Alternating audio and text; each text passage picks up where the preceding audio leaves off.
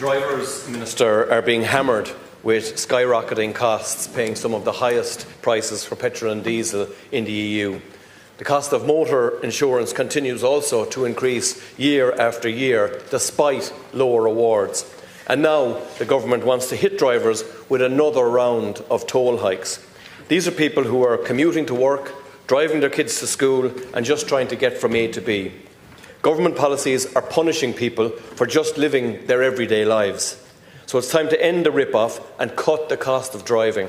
Enough is enough. The solutions are at the government's fingertips, but they've made the political choice not to use them. Because let's be clear, these costs, these extra costs, are not inevitable. They're political choices made by this government. Choices that put private profit ahead of public need. Choices that deepen the cost of living crisis.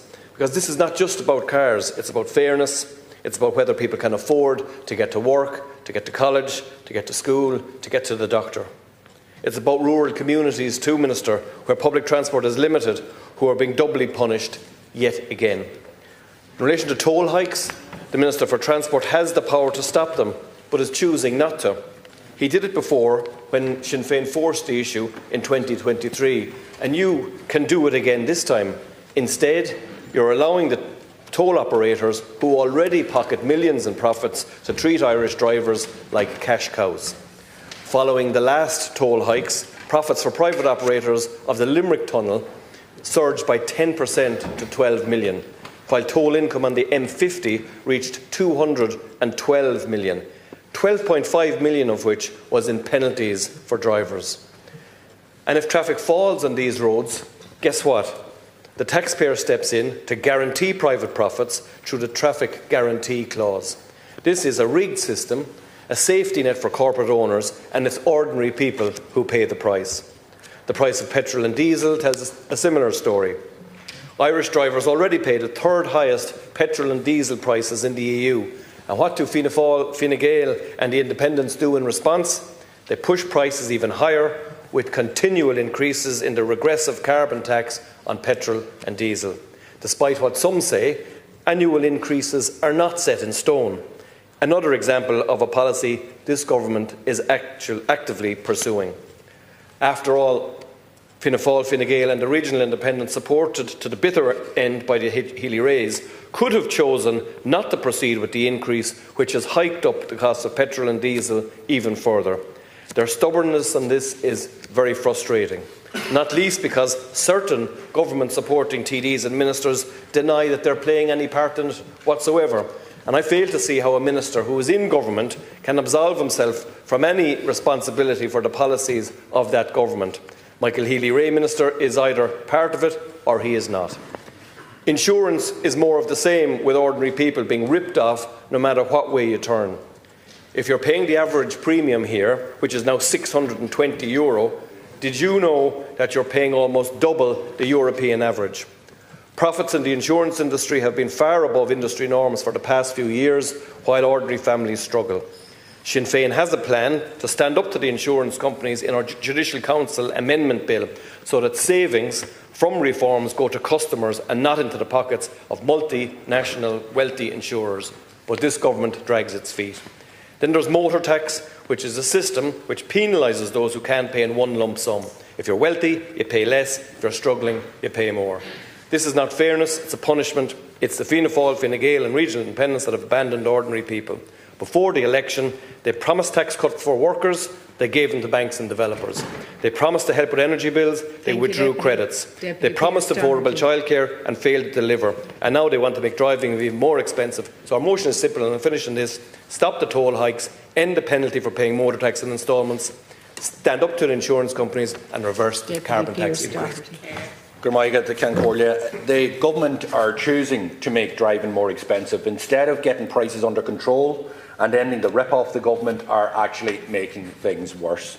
Election promises are now in the rear-view mirror, disappearing like snow off the ditch. We have seen the biggest budget deliver massive tax cuts for developers, for investors, for landlords, but nothing for workers. And every worker will be worse off next year, and if you drive to work, you will be hit with a double whammy. It starts with standing idly by as insurance companies rip people off. Instead of standing up to the insurance companies, you make excuses for them. The average claim cost per policy costs the insurance company less than €400, but the average premium is far over €600, far higher than that for young people. That is the simple fact that no industry spin can change. And I have no doubt Government TD will stand up and defend the indefensible.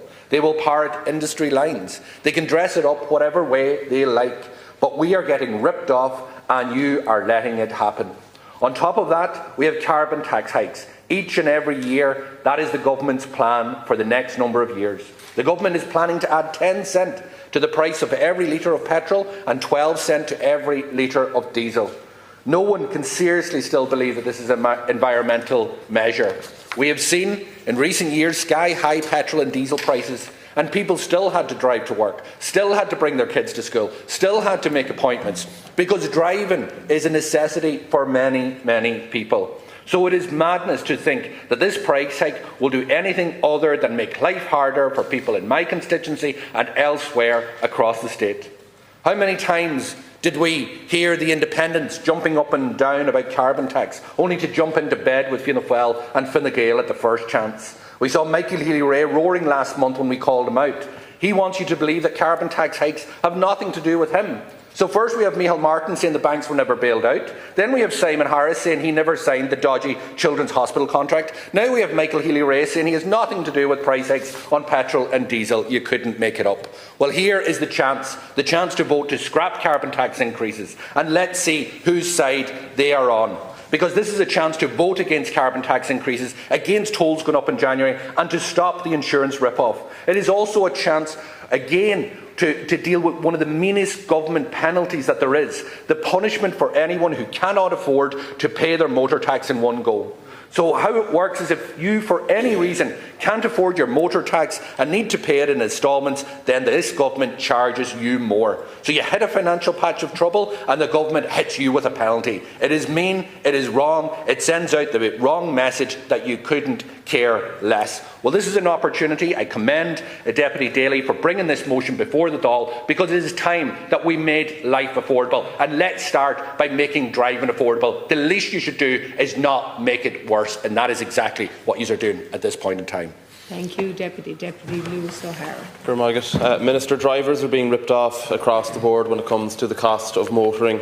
From sky-high fuel costs, car insurance costs, and now a fresh round of toll hikes come January, workers and families are seeing no let-up in the cost of living crisis. Ireland is one of the most expensive places to run a car, with recent analysis showing that we have the third highest motor fuel costs in the EU. Couple this with rip-off car insurance costs, and it's clear that Irish motorists are paying far more to commute to work, to drive their kids to school, or to go about their day when compared to European drivers, and this is not acceptable. Fianna Fáil and Fine Gael might want to wash their hands of this issue, but these rip-off costs are the direct result of your policies. Budget 2026 was a clear example of how you have failed to support families during this cost of living crisis. In that budget, you decided to withdraw cost of living supports and to continue to increase the carbon tax on petrol and diesel. You have failed to hold insurance companies accountable for their rip-off costs and to implement Sinn Féin's proposals to tackle them. These decisions are a slap in the face to households who are already struggling to make ends meet. As someone who comes from a rural constituency, the reality for my constituents is that they literally have no other option but to drive. It is not a luxury, it is an absolute necessity, and I think government is often out of touch with the reality of life in rural Ireland. These increases are punishing people in my constituency and right across the state just for going about their daily lives. They have no alternative, but they have to face increased carbon taxes, increased fuel prices and increased car insurance costs. All of these increases add up to a significant portion of a household's income, and it's clear that you don't understand the impact that these decisions are having, and you have no intention of standing up for ordinary workers and families. This motion is an opportunity for government to end the rip-off in motor costs. However, instead you are going to sit on your hands while the cost of petrol and diesel continues to rise, while you increase the carbon tax and while you fail to stand up against insurance companies. We are providing you with the tools to lower the cost of driving for households, and I call on you to act to support households in the here and now. Thank you, Deputy McCarthy. The question I keep asking Can Corla is, what has this government got against motorists? What have they got against people in rural communities? People in constituencies such as Cavan, Monaghan have no choice, Minister, but to use their cars to get to work, to do their grocery shopping, to bring children to childcare or after-school activities. There's no alternative to using the car. But it's getting more and more expensive to do so, and government are actually making people's lives harder. Car insurance, for example, went up more than 9% last year.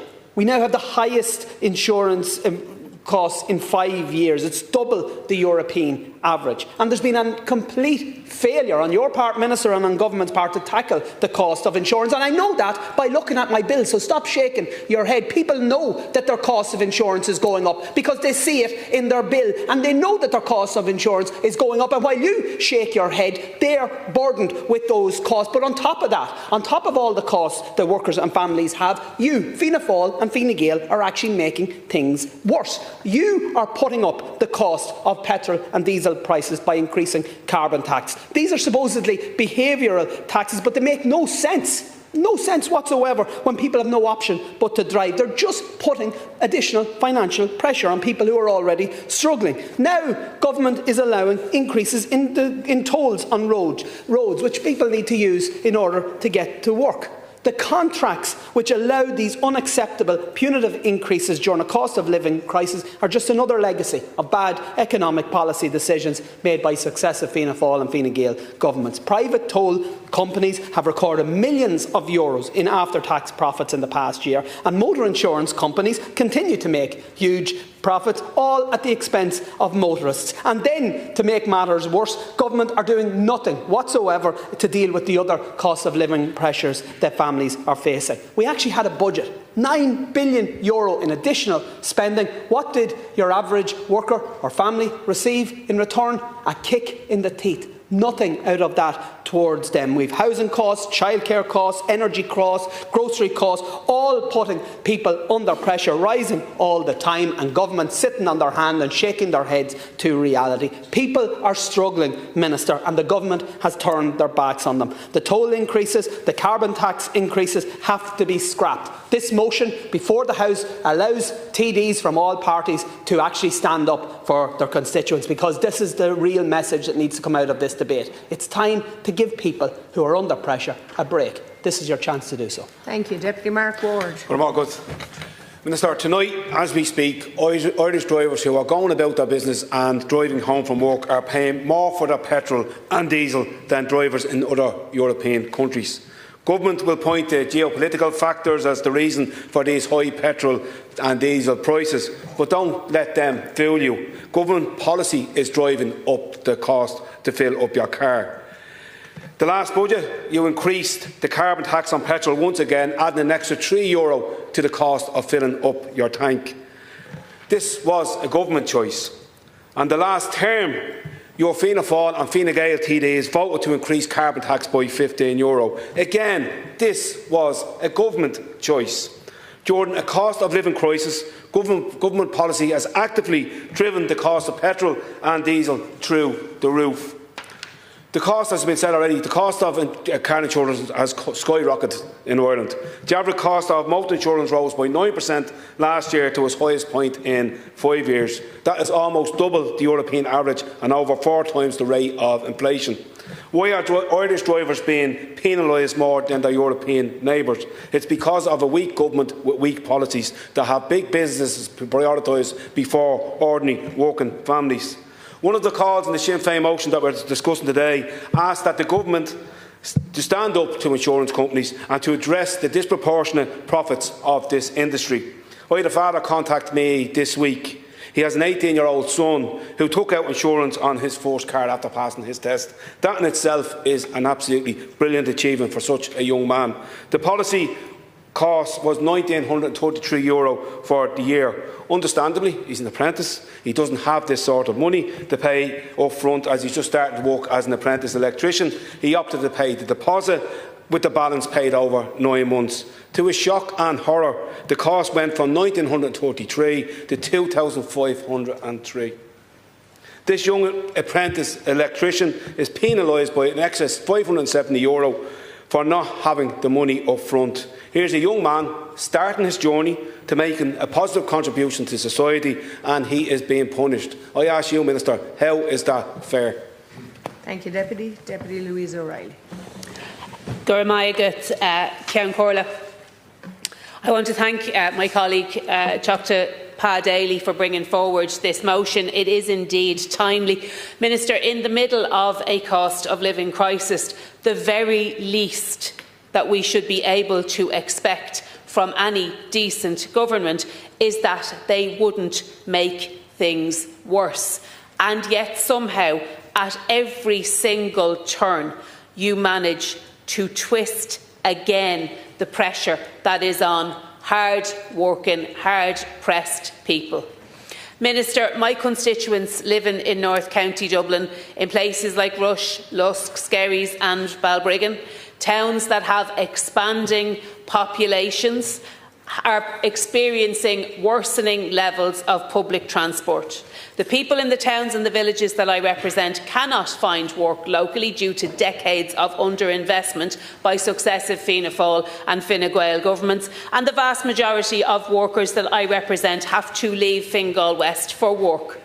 The buses are overcrowded, the trains are overcrowded. The buses often disappear. You'll have heard me talk, Minister, I'm sure, about ghost buses. An unreliable service forces people into their cars.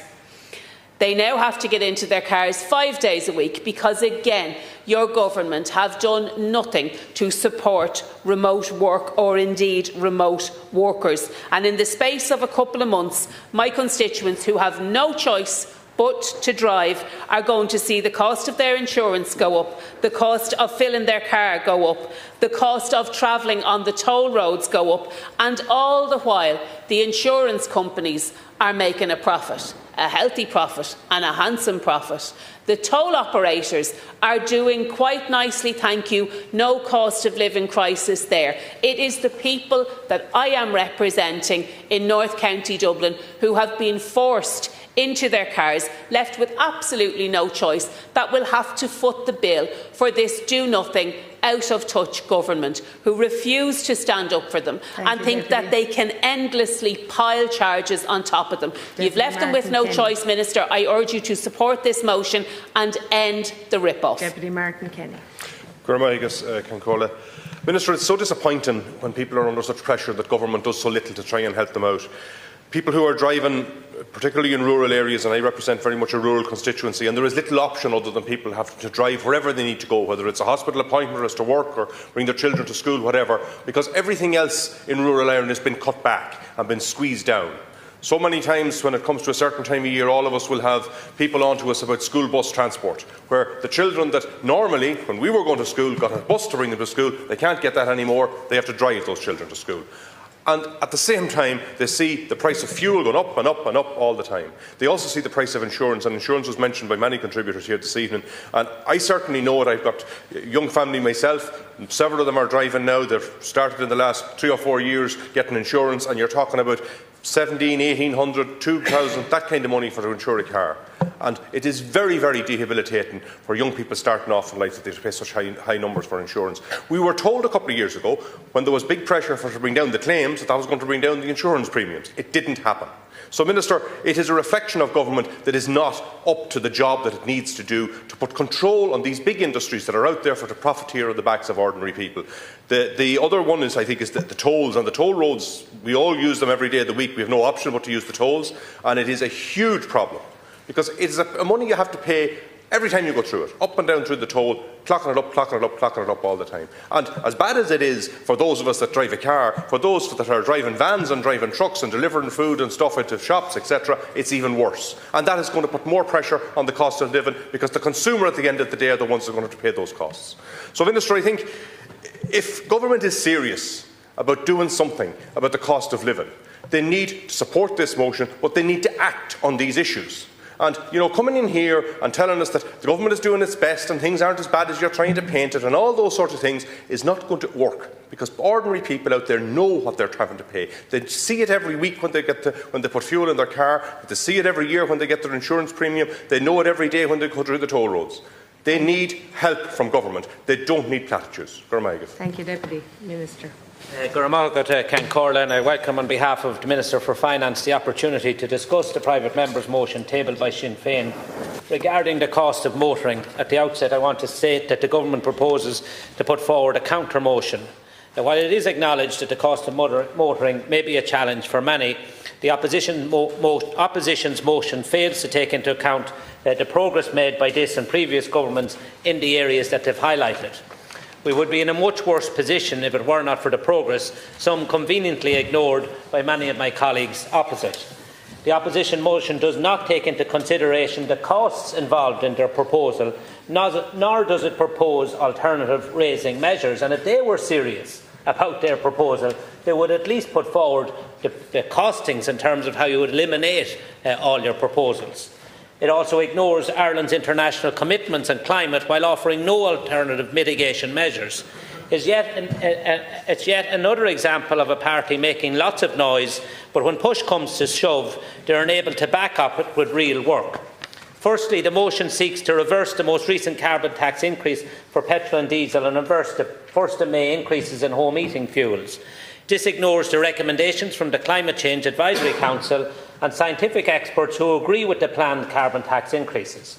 Ireland's carbon tax is an integral part of government's response to the need to address climate change, as well as Ireland's legally binding commitments established in the Climate Action and Low Carbon Development Amendment Act 2021.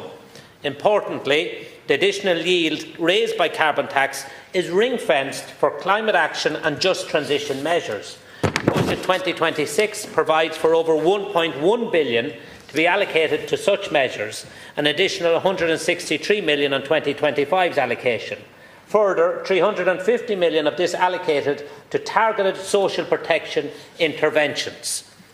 As of Budget 2026, the Government has allocated over €4.2 billion in carbon tax revenue for climate action and just transition measures since 2020. A lot of them, when they're announced, are welcomed by members in the opposition. The ERSI analysis shows the lower income deciles are better off as a result of the social protection measures funded by the increased carbon tax. Analysis undertaken for Budget 2026 using Switch, the ERSI tax and benefit model, to stimulate the impact of carbon tax increase and the compensatory welfare package estimates that the net impact of the combined measures is progressive, helping the people less well off. Again, you will fail to acknowledge that.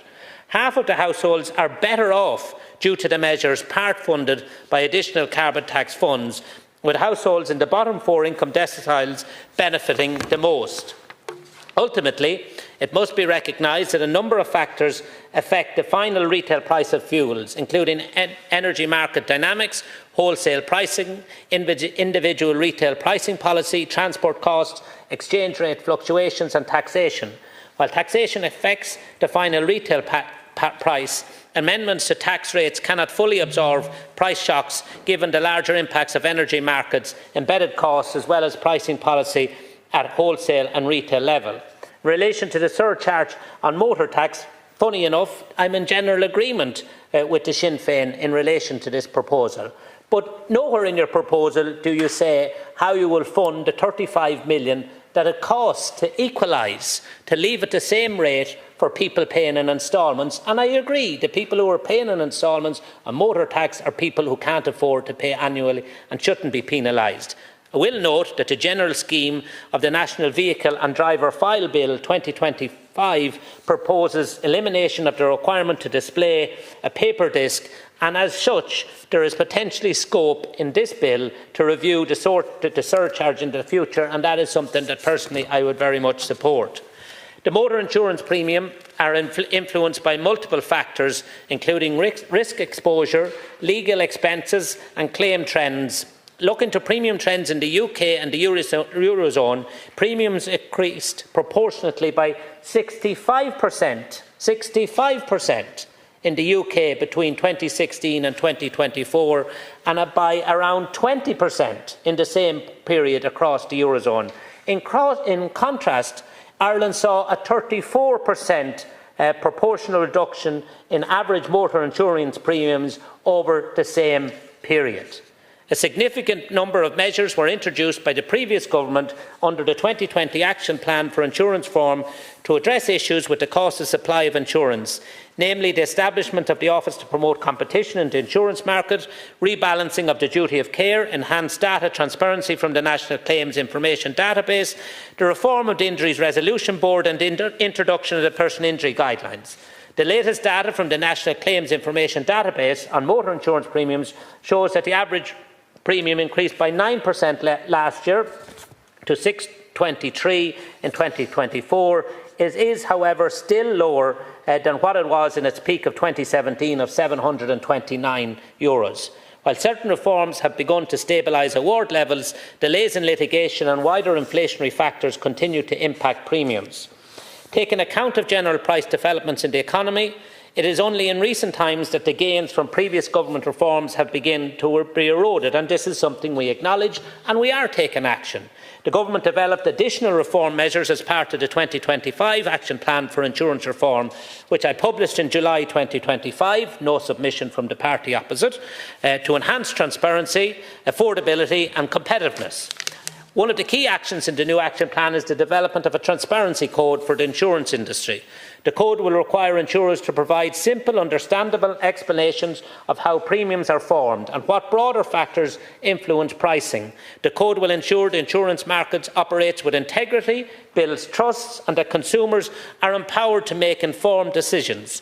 The development of this code is well underway, and I will be discussing this code with my colleagues on the Cabinet Subcommittee on Insurance Reform in a matter of weeks. High legal costs also remain a challenge and are impacting the cost of motor insurance. The implementation of further legal reforms to strengthen the role of the Injuries Resolution Board and amend the Judicial Council Act 2019 to strengthen transparency and implement a robust process for future review of personal injury guidelines are a priority action in the action plan to address further transparency and affordability of insurance. I have been advised by my officials that the Sinn Féin Private Members Bill, the Judicial Council Bill 2021, draws heavily on measures introduced into the UK and as such does not take account of the significant past and ongoing work undertaken by the Government to address the cost of insurance. The bill could potentially undermine ongoing efforts to reform the insurance sector while also creating barriers to market competition and potentially passing additional costs to consumers in the form of higher premiums, which is something I don't think they wish. The opposition motion also seeks to stop the proposed toll increases planned for January 2026. The motion fails to recognise that there has been extra inflationary costs in the construction industry, which is used for pavement repair, meaning the cost of the protection and renewal of the existing road network has increased significantly. The opposition also failed to recognise that revenues raised by toll roads are invested in the operation and maintenance of a road network, as well as paying off the cost of loans to build these roads. In terms of the framework for setting tolls, the toll bylaws for each individual road set out the basis for calculating maximum tolls each year. Maximum tolls are calculated for each vehicle category. Transport Infrastructure Ireland calculates the maximum tolls for the Dublin Tunnel and M50 and decides the actual tolls that should apply. The public-private partnership companies calculate the maximum tolls for the 8 PPC concession schemes and proposed actual tolls that should apply. The mechanism for these calculations is set out in the individual toll bylaw and is based on the Consumer Price Index. Actual tolls may not exceed the calculated maximum toll for each scheme. Following the application of the CPI inflation figure of 2% for the period August 24 to August 25, the Board of TII has approved a number of toll charges beginning the 1st of January. It is worth pointing out that auto fuel prices in June 2022 recorded the average price for petrol was 2.17 pence per litre and the average price for diesel was 2.15 per litre. As of Monday, the 11th of November, average prices are significantly lower, with petrol prices at 1.74 and diesel prices at 1.68 per litre. It is also worth reiterating that motor insurance premiums, while I acknowledge rose in the last 12 months, due to inflationary pressures, they are still approximately 34% lower than their peak in 2016. And we are acknowledging the increases in the last 9 months, and work is underway to address that. The Government cannot accept the motion put forward by Sinn Féin, as it does not reflect established facts or realities. Fiscal policy must strike a balance between, on the one hand, providing relief where it's appropriate to do so, and on the other hand, maintaining our public finances on a sustainable trajectory over the medium term.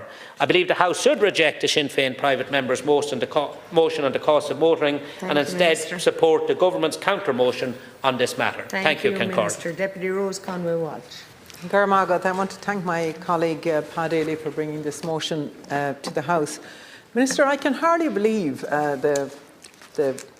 what you have read out here, because basically the thread running through it is that there's no problem and you're not going to do anything to fix it because there's no problem, and the person says, well, right through it goes, you know, how much better off people are. And I can tell you that people in Mayo certainly don't feel better off. But despite your own lack of investment in public transport, the Government seem completely unaware that many people have no choice but to drive. In rural area and in my own constituency of Mayo, there's more often than not no public transport option, no bus routes or train line, and no alternative but to drive. And the whole idea of carbon tax, as you presented, is to change behaviours. But how can you change behaviours if you don't provide a proper alternative? For people in Balmullet, Ballina or Ballyhonus, the car is not a choice, it's a lifeline. Yet this Government's policies are making it more expensive by the day to keep the car on the road. Budget 2026 added another carbon tax hike on petrol and diesel, an extra €3 on a full tank, and on top of the €15 already piled on in recent years. This is not climate action, it is a cash grab that punishes ordinary workers, families and small businesses who simply have no alternative. Fianna Fáil and Fine Gael have overseen an Ireland where the cost of living is spiralling out of control. Motorists are paying some of the highest petrol and diesel prices in the EU. Car insurance costs are up 9% this year alone, double the European average, while profits in the insurance industry soar. That doesn't cost anything for the Government. You're saying that Sinn Féin haven't costed things. These are costs. We're allowing people to profit. Now we learn that private toll companies operating under gold-plated public-private partnership contracts are recording millions in profits, while the Minister for Transport stands idly by. The toll on the M50 alone brought in over $212 million last year, with $12.5 million in penalties. That is not a sustainable transport policy. It is a rip-off. This rip-off has a knock-on effect on the cost of doing business. Small enterprises, couriers, hauliers and tradespeople are all struggling to stay afloat as transport costs eat into their margins. The recent receivership of Fastways, one of Ireland's largest delivery companies, highlights how rising transport and fuel costs are putting pressure on the very backbone of our logistics and retail sectors. The impact is also being felt across our tourism industry, particularly in rural Ireland, where visitors who hire cars to explore a wild Atlantic Way or the hidden heartlands face rising fuel costs and toll costs. Sinn Féin are putting forward solutions here tonight, Minister, and I suggest that you take some of them on board. Thank you, Deputy Dave Cullinan. Again, we had a scripted speech from a minister where it was just a continuous attack against the opposition and Sinn Féin. Every time we raise issues in relation to the cost of living, the government's response is, where are the solutions? We brought forward a motion here today with solutions, and we had a very scripted speech from the minister which rubbished every one of the solutions that we put forward. And what's also interesting is that on all of the additional hikes, all of the cost increases, the cost of living crisis, whether it's for motorists or whether it's on groceries or whether it's on rent or mortgages, the government always blame everybody but themselves. Insurance prices go up, it's the insurance company's fault. If rents go up, it's landlords' fault. If groceries go up, it's the supermarket's fault. Well, when it comes to the increase in petrol and diesel, The only people that can be blamed and should be blamed are the government, because you increased the carbon tax, and that carbon tax increase has resulted in higher costs for motorists.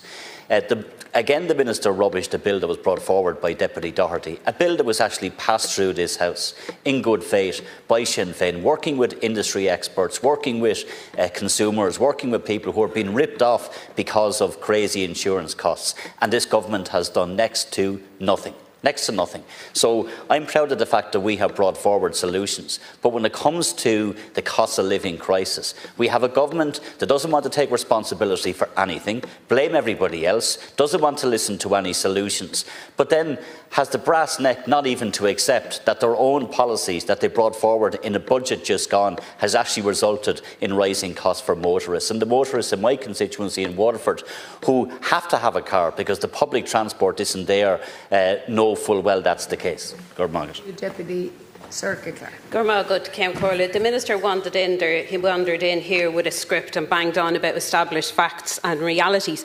The fact and reality is, if anything the Fianna Fáil and Fine Gael had done over the last number of years worked, we would not be standing here. Motorists would not be carrying this disproportionate level of financial burden. Government acts as commentators while the cost of relying on a car soars. You may try to wash your hands of this, but that is simply untrue to put the myth out there that there's nothing you can do.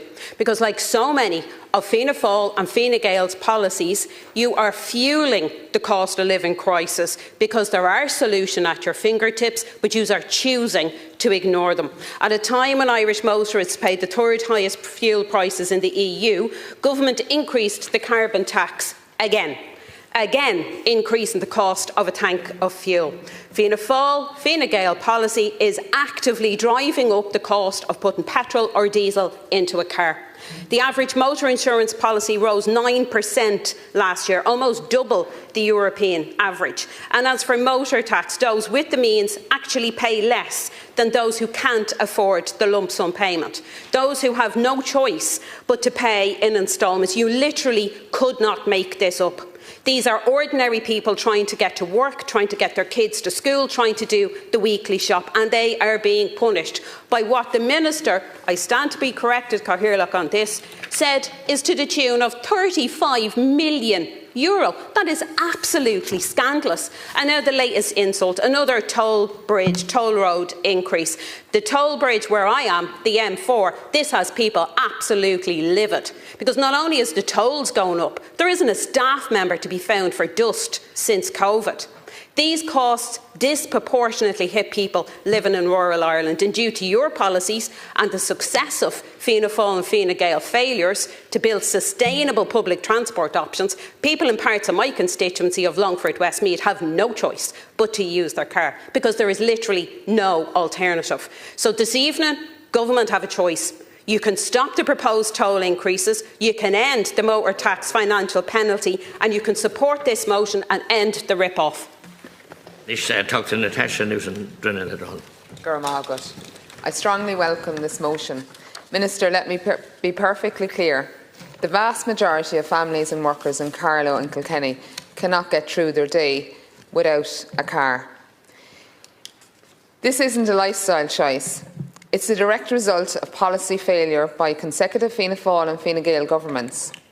You have failed to provide public transport that is either viable or effective, and you have failed to put in place adequate transport infrastructure. Every week I speak to workers who commute to Dublin. They all raise similar concerns that taking public transport is just not viable if they want to get to work on time. So instead they drive for hours each way, adding to worsening congestion. And for this, they face a triple lock of financial pressures: sky-high fuel prices, spiralling insurance costs, and now fresh toll hikes. It is cut after cut for them with no let-up. These are people doing their bit for society, and they never get a break. I recently spoke to a young apprentice, one of those ordinary people doing everything right. He's learned a trade going to work and contributing, but the cost of running his car, his only way to get to work, is pushing him into debt. Our apprentices earn around €300 a week. Between insurance, the cost of diesel, petrol, and now these planned toll hikes, it's suffocating. It's debt by 1,000 cuts. This week I heard of a couple who moved to Thomastown because they were priced out of Dublin. They commute up and down to Dublin to work each week. They're enduring worsening traffic congestions, and now they're facing increasing costs to simply get to work. There are thousands like them across rural Ireland. Public transport is simply not an option. There is no Lewis or Dart in Kilkenny. Upwards of 10 billion to be spent on a metro for Dublin, like Carlow and Kilkenny are just left with measly crumbs. And as always, it's one story for Dublin with another story for rural Ireland. Every year this government gives the green light to suck every last cent from those just trying to work to live in rural Ireland. And Minister, it's just not good enough. They have no choice. We live in the countryside. To get my kids to school, I need a car. To go to the shop, I need a car. There's no bus coming up by us.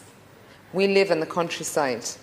To get my kids to school, I need a car. To go to the shop, I need a car. There's no bus coming up by us. And I, like many others, we have to have a car. Just on a point of order, the Minister and Troy mentioned that there was a counter motion that wasn't notified to the proposers. We've been checking with the Whip's office, and they don't seem to have it either. The General Office received no counter motion, so None. Well, that's not good enough. So we don't know what we're... But I can't do any more than that. That's the current situation. There's no counter motion moved because it's not on the record. It wasn't moved, so. There's none lodged. No, it was moved, okay. Cormac, we've spoken with Regulation Party, and talked to Kiernan. And my thanks to Sinn Féin for bringing forward this motion tonight on the cost of motoring, which is a serious cost for people. But from the outset, I just want to put my cards on the table, and as transport spokesperson for the Labour Party, I will always advocate for public transport and active travel ahead of private cars. And I'm of the belief that we should be doing everything we can to encourage people to use greener, more sustainable modes of transport. And that means making sure that the option to travel by bus or by rail or to cycle is there for everyone, wherever it is they may be going. The unfortunate reality, though, is that we're obviously not there yet. There's a whole host of reasons for why people remain reliant on their cars, be it accessibility or connectivity and so on. The fact that successive governments for decades only ever invested in roads and ripped up railways across the country. And in some parts of the country, it remains the fact that public and active travel infrastructure is virtually non-existent. So it's no surprise that we're here. Yes, there have been improvements in recent years, like the 90-minute fare and the expansion of local link routes, but much more is needed to get us to a place where public transport is the preferred option for most people. I'm not suggesting that every journey can or should be made on public transport, and I have and I use a car myself, but I recognise that some journeys are just prohibitively difficult to make on public transport or on a bike. But wherever possible, I think we should be encouraging and, more importantly, enabling people to use public transport and walking and cycling. Unfortunately, that is an aspirational matter for now. In the here and now, I recognise the reality that for a lot of people, private car use is their only feasible option a lot of the time. And across the country, the cost of getting from A to B has become a genuine source of stress for so many households, for workers, for small businesses and for communities, particularly those in rural Ireland. This is as much an issue about economic fairness and social inclusion as anything else, and it demands a response that protects working people today while preparing for a sustainable and affordable transport system into the future. Motorists in Ireland have faced sharp cost increases over recent years. The average motor insurance premium rose by approximately 9% in 2024, according to the CSO, following what was a period of relative stability, as the Minister mentioned. According to AA Ireland, the average annual cost of running a car in 2024 was about €11,500, a rise of nearly 8% from the previous year, driven largely by higher fuel, insurance and maintenance costs. Petrol and diesel prices in Ireland continue to rank among the highest in the EU, and as of October 2025, petrol averaged here €1.86 per litre compared with an EU average of €1.72, and diesel in Ireland was €1.79 compared with the EU average of €1.66. Rural drivers, who often have to rely on cars due to the lack of viable public transport, can easily spend upwards of €100 a week just commuting to work. We need to address these costs, and we need to do so responsibly. As the motion notes, there are 11 toll roads in operation, 8 under public-private partnership arrangements. Some of those contracts, particularly those signed in the early 2000s, were seemingly poorly negotiated and excessively generous to private operators. Most of those deals were signed by Fianna Fáil-led governments between 1997 and 2008. The legacy now of those gold-plated PPPs has left us with inflexible contracts and traffic guarantee clauses that mean the state sometimes compensates private companies when fewer cars use their roads. I mean, that is absolutely an outrage. Labour has long argued for greater transparency in PPPs and a move back towards public ownership of critical transport infrastructure. Where profits are excessive and where clauses allow tolls to rise automatically each January, we must use every legal and financial tool to renegotiate. The TII estimates that road tolls raise around €400 million annually, and I acknowledge that much of that revenue goes into the maintenance and financing of national roads. But much of it also doesn't. It goes into the pockets of private operators who have already made a healthy return on their investment if they're involved in financing the construction of whatever road it is. I'm not against tolls in principle, so long as they're going towards maintenance of our roads and making them safer. And indeed, the proliferation of bigger and heavier vehicles like SUVs on our roads do more damage to our roads and pavements than smaller, lighter vehicles of previous decades. So more maintenance is needed of our roads these days. What I do have an issue with is increasing these tolls in order to bump up the profits of operators. People have better things to spend their money on and in the middle of a cost of living crisis than handing it over to some private investment vehicle. The motion also points to the fact that paying motor tax in instalments is more expensive than paying it in a single lump sum. For example, a driver paying an annual tax of €390 will pay around €410 if paying it quarterly. So it's more than 4% or 5% of a surcharge. That disproportionately penalises lower-income motorists who cannot afford to pay the lump sum. It's a simple matter of fairness. Labour has been calling for reform of this unfair system for years. We proposed in 2023 that motor tax instalment surcharges be abolished or at least reduced to a purely administrative cost basis, estimated at less than 1%. The system as it stands is obviously regressive, and nobody should pay more simply because they cannot pay it all at once. Motor insurance remains one of the great frustrations of Irish life. After the 2021 introduction of the new personal injuries guidelines, average claim costs fell by almost 40%. And yet, as the Central Bank's 2024 report on the insurance sector shows, premium reductions averaged only 5 to 6%. Insurance companies here have enjoyed profit margins of 10 to 12%, which is far above the European norm of 5 to 6%. That gap represents hundreds of millions of euro, which is in excess profit extracted from motorists who were promised lower premiums in return for legal reforms. It's long past time that government stood up to the insurance industry. As my colleague Deputy Jed Nash has called for, we need to see a windfall levy on excess insurance profits where they exceed normal competitive returns. I should also note the Labour Party's support for Sinn Féin's Judicial Council Amendment Bill, which is mentioned in the motion, as a means of ensuring that judicial reforms translate into actual consumer savings. Where the Labour Party and I diverge, I guess, from the motion is on the issue of carbon tax.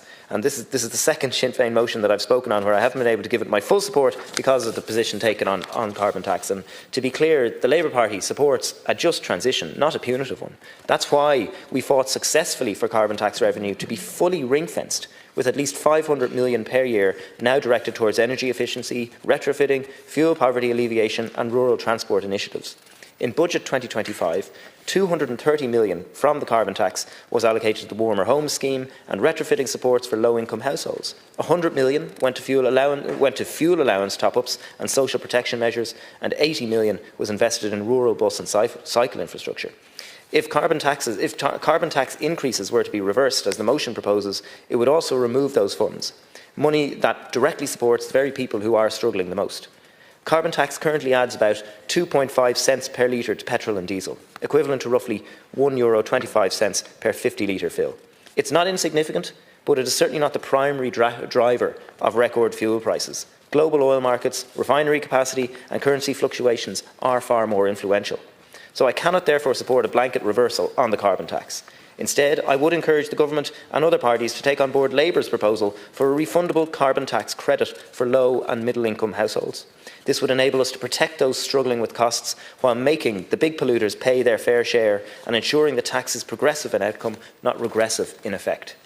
Climate action must be socially just, but abandoning a polluter pays principle from climate policy altogether would harm both the environment and the very people we aim to protect.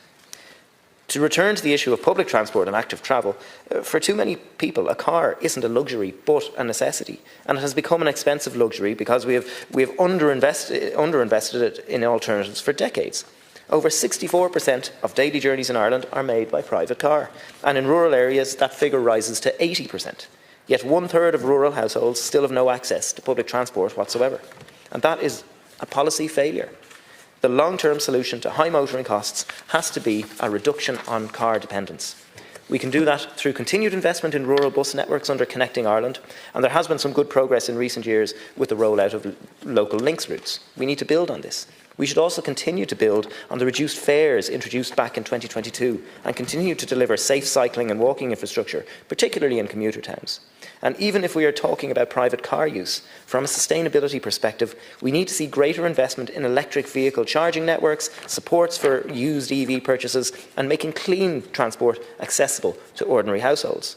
We also have to do better on our rollout of new public transport. For example, Phase 7 of the Bus Connects programme a few weeks ago, many of the new routes are serving my constituency in Dublin South West, and I've been inundated with complaints from constituents around the new F routes, be it ghost buses and cancellations or longer commute times into work. On the F1 line, it's taking between 20 to 30 minutes longer for some people to get into town from Tallaght now. A public petition has actually been launched in my area requesting a rethink of the route. To be clear, I absolutely support the Bus Connects project, and I think the goal of improving connectivity is laudable, but we're seeing a situation arise around certain routes where public confidence is being undermined. We've also seen recurring problems on the S6 and S8 routes since they were launched. Frequent cancellations and breakdowns were happening earlier in the year, and this was blamed on a lack of mechanics by Go Ahead, who operate the routes. But we're seeing the same issues start to rear their heads again in the last couple of weeks. I'd ask the Minister and the NTA to engage meaningfully also when my constituents contact them on these issues, instead of issuing sort of pro forma responses the whole time. We're in an area that has long been poorly served by public transport, and long term we want to see the Metro Link, which we really welcome the planning permission being granted for, we want to see that extended out to Dublin South West. But for now, we are dependent on buses, which can be caught up in traffic. So it's vitally important that people can rely on our public transport, that buses are prioritised on our roads and fares are kept low. Gurmagad. Gurmagad. Anish, Buggeradis and Social Democratic Party, and talk to Jennifer Whitmore, Rory Hearn and Jen Cummins. Dividing equally. Jen isn't speaking today, so we'll just share it between. So I'm going to take probably around 8 or 9 minutes, and Deputy Ahern will take the rest. Thank you, Cahir. I welcome this opportunity to discuss this issue today, and there's many very valuable points made by Sinn Féin in the motion, and there is no doubt that the cost of motoring is a real pressure for households, and I think particularly rural households are hit particularly hard with this. Also, households where public transport options are limited or they're not keeping pace is also very problematic, but I will come back to that later. People feel very trapped by these rising costs because it's not just transport costs that they're facing, not just their motor costs to get in and out to work, to get in and out to school, but obviously then on top of all that you'd have electricity costs, mortgage costs, everything is just going up and up and up, and I think this issue of motor costs is just exasperating the stresses that people are feeling at the moment and the frustrations that they're feeling. The reality is, though, that there are some structural issues that need to be addressed in relation to these costs for motorists, and unless we look at those structural issues that have been baked into the system and have been in there for a number of years, I don't think we're really going to get to the nub of it. And I think there is actually a real opportunity to look at those structural issues and see if we can somehow get those addressed. One of the biggest examples of this is the privatisation of the toll roads. Year after year, motorists pay millions in tolls, and the profits flow to private companies under contracts that were signed during the Celtic Tiger era. These public-private partnerships were sold as a way to deliver infrastructure quickly, but the reality is that they've locked the state into gold-plated deals that guarantee private profits for decades. These contracts are a legacy of bad policy decisions, and ordinary motorists are paying the price, and they have been paying the price for many, many years now. Last year alone, private toll operators made €234.45 million in Ireland, up about 30 million since 2022. Yet every January, toll charges rise again. These increases are not about improving roads or improving services. They are solely about increasing private profit. And meanwhile, the housing crisis continues to push workers further and further away from our cities and towns, forcing longer commutes and higher toll costs just to get to work. This is fundamentally wrong. Roads are public infrastructure. They should serve the public interest, not private shareholders. We need a serious conversation about how to unwind these contracts and bring toll roads back under public control. That won't happen overnight, but it must be part of any long-term strategy to reduce motoring costs. Otherwise, we will keep on having this debate every year while private operators continue to profit.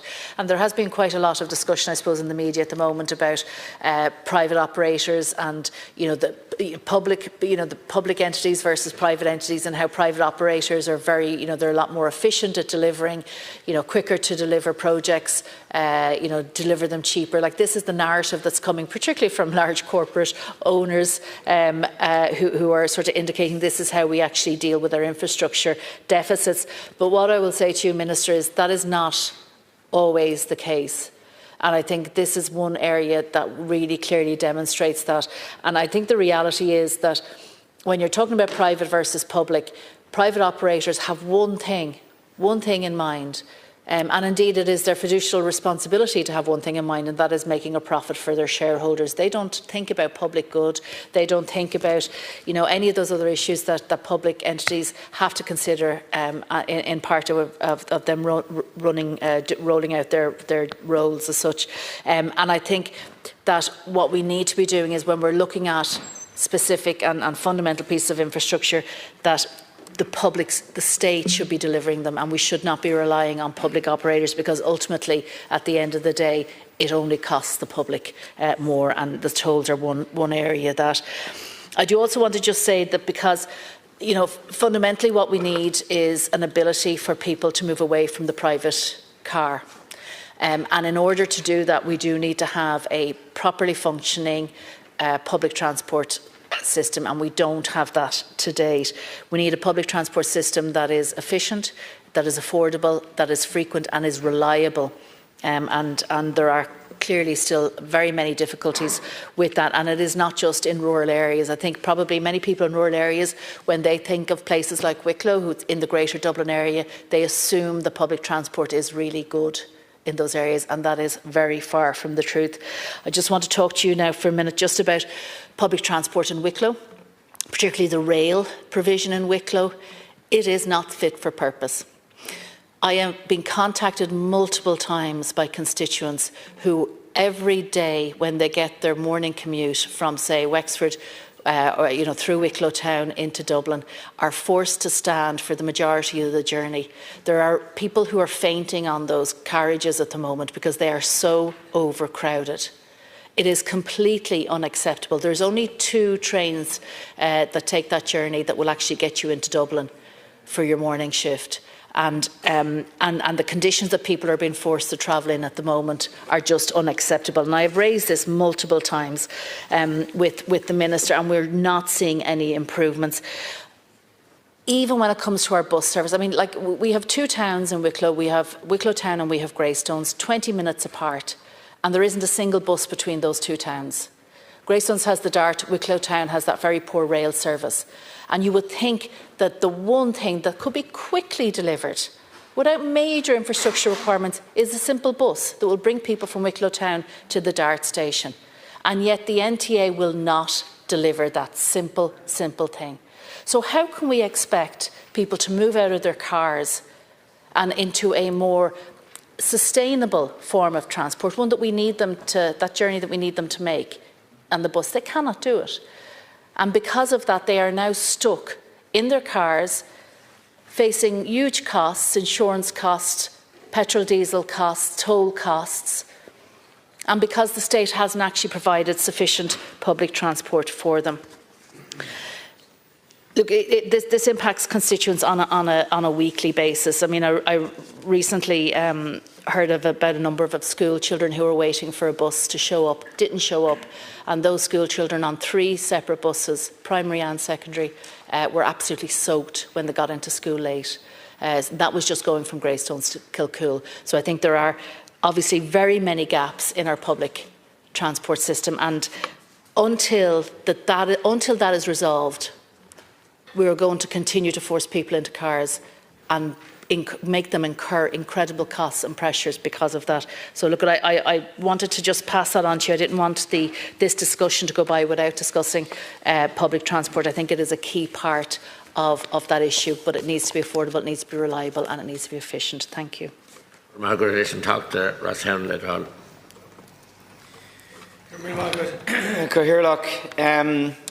The issue of that Sinn Féin have raised is really, really important, because the cost of motoring in particular, the issue of tolls is a massive one, and the cost that people are having to spend on that. And it is another example of price gouging that is going on in this country, and the government throws up its hands in its air saying, what can we do about the cost of living crisis? Actually, the government created this cost of living crisis in relation to tolls. It was Fianna Fáil that brought in the public-private partnerships back in the 2000s, in the years of the Celtic Tiger. And I know quite a bit about this because I wrote my PhD about public-private partnerships. And I remember at the time one of the best descriptions of them was not public-private partnerships, but plundering the public purse. Public-private partnerships were an idea that came from England, and they were essentially about privatising infrastructure. And governments used the excuse at the time that they didn't have finance and they needed these forms of private finance to come in. It's the same argument they're making around housing now, and we see the result of it. Hundreds of millions being paid by motorists in profit to these companies. We should be taking the privatised public-private partnerships back into public ownership and reducing that cost. And public-private partnerships aren't a way to deliver infrastructure.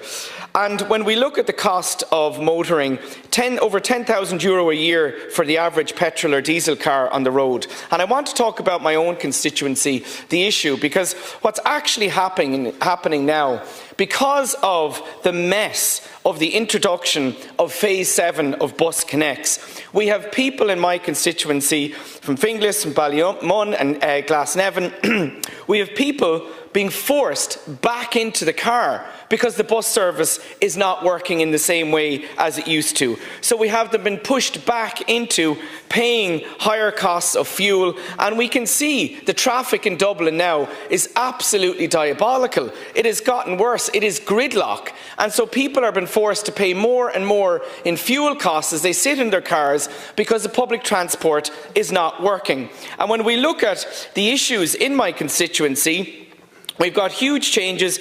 We've places like Benevan Road where the bus stop has actually been removed. We've got elderly people who can't access the public transport. We have the ending of the number 9, where we see now the north of Glasnevin being disconnected from the centre of Glasnevin, with the effect on schools, sports and other social activities. Many routes have been curtailed or stopped, the number 9, 4, 13, 11, 40, 83, and the replacement routes, the E-spine and the F-spine, have not served the communities in the same way. We have huge issues of connectivity, of particularly people who have mobility issues, of children trying to go to school. For example, Finglas East has become effectively a bus desert, less frequent services. There's no direct bus service from Glasnevin Avenue down to O'Connell Street now. There's a huge impact of this, and I absolutely support Bus Connects and it working and our public transport working, but this is a mess for people, and the public transport has to work for people, and I'm inundated with issues from people who are saying very clearly the changes to the bus services are not working. The National Transport Authority needs to take this on board, the Minister needs to take this on board, and we need to make our bus services work. If we genuinely want to get people out of their car, if we want to actually help them in terms of the cost of living crisis, the cost of motoring, we need to make sure our public services, our bus services actually work, because people are caught between a rock and a hard place, getting back into the car because the bus isn't working, facing even higher costs, or relying on a transport system that for some people is actually no longer working for them. Bus Connects, as I said, is an ambitious project which has huge potential, but only if it actually serves the people in the communities and the areas.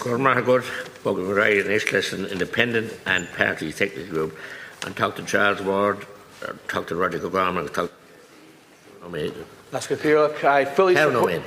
I fully support this motion and its calls for the government to stop price hikes in petrol and diesel and to end the penalty imposed on people who cannot afford to pay motor tax in one single payment, and the proposed toll increase planned for January 2026. It's an extremely expensive time to be a motorist, especially in rural areas like Donegal, where we are forced to drive due to the lack of public transport, where the only form of public transport we have is a bus. Anyone without a car in rural Ireland faces social and economic exclusion due to this. Work, education and shops are all held to ransom to the limited transport services we have. My constituents are bearing the brunt of motor costs, and it's completely unfair, especially we're in a cost of living crisis. Households are struggling to pay their bills, fill their tanks and keep food on the table. It's unacceptable. Families are faced with very difficult decisions on whether they can afford to make journeys they once made, particularly families in rural areas, families impacted with the defective concrete crisis, where the parents have to travel very long distances to gain school access, work, sports, after-school activities, public amenities such as playgrounds, parks, swimming pools. Parents want their children to have the same opportunities that they had, and they're being compromised. The cost of living crisis currently going on is affecting every interest, and that's where motoring is definitely at the forefront of this. Parents in defective homes are already forced to make so many unfair decisions on their families, whether to send their children to college or allocate the funds to rebuild their already damaged, crumbling homes if they're in such a fortunate position to do so. Whether you pay rent or halt education or healthcare, essential living costs are going by the wayside just to keep the cars on the road rolling. There's costs to the family, and it's just not fair. There's also a higher risk of accidents when it comes to cars on the roads, so relying completely on cars as a mode of transport can be dangerous, especially in Donegal, especially given so many rural roads are not fit for purpose. For example, the road in Drumkeen, where I live, the N13, there has been numerous accidents in basically a 2-kilometre stretch when you're coming into the village, and unfortunately people have lost their lives, and that's down to the fact is that the roads need to be upgraded. There needs to be safety measures put in place. They are not being met. If you get a bus from Letterkenny into Ballbofey, the bus has to stop in the middle of a junction to let you out. They can't even put a bus stop down going into Ballbofey. It's a disadvantage to the town of Drumkeen, and it's a disadvantage to the Finn Valley. In this day and age, it's a ridiculous situation, but as per usual, Donegal is the forgotten county. Thanks, Chair, and I'm pleased to be able to speak about how we could solve some of the very real impacts of high costs for motorists. And in the couple of minutes I have, I want to focus on how drivers are being ripped off on the issue of insurance. And for many years, reform of insurance, and particularly motor insurance, has been promised, but in the end, each time, this caves into the same vested interests. We have endless reviews, but no real action. And Irish consumers continue to pay some of the highest motor insurance premiums in Europe because claims still end up in costly court battles, because legal fees often exceed the compensation itself, and payouts, even for minor injuries, are well above EU norms. So, for example, central bank data from 2023 shows that legal costs makes up almost 60% of some small claim payouts. And why? because in our system, litigation dominates. Around 90% of injuries claims go to court, compared with just 4% going directly through the Insurance Resolution Board. What's the result of this? We have payouts for minor injuries remain 2 to 4 times higher than the EU average, and insurers cite this as a key driver of high premiums that motorists here experience. So, despite having seen some reforms, insurers have not passed on savings, and the average profit margin in liability lines are over 13%, and again, that is twice the international average. So, insurance firms are recording double-digit profits here in Ireland, even as claim costs actually fall. We have a government who talks tough, but it refuses to challenge the industry or the legal lobby that is benefiting from keeping things exactly as they are.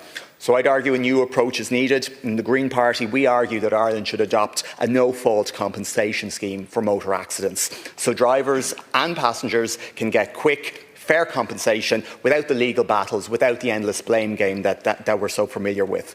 We should also empower the Injuries Resolution Board, make it the default, make it the binding route for most personal injuries claims.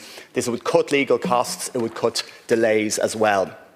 We should have standardised and capped compensation awards, align ourselves with EU norms that would ensure fairness, but it would also take away the kind of jackpot element that sometimes people experience, particularly for minor claims.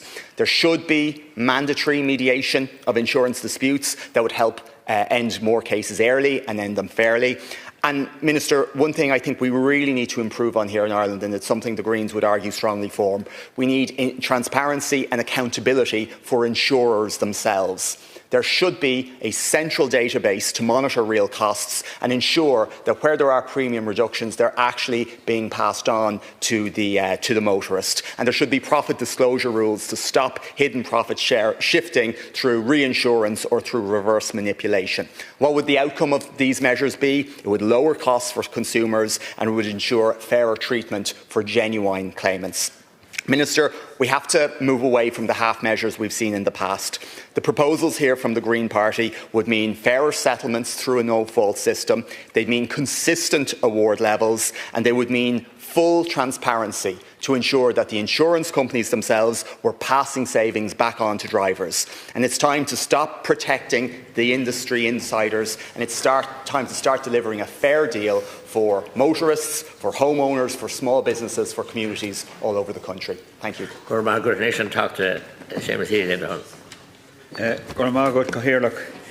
I want to express my support for this private member's motion. And in the few minutes available to me, I want to address a number of issues affecting South Tipperary.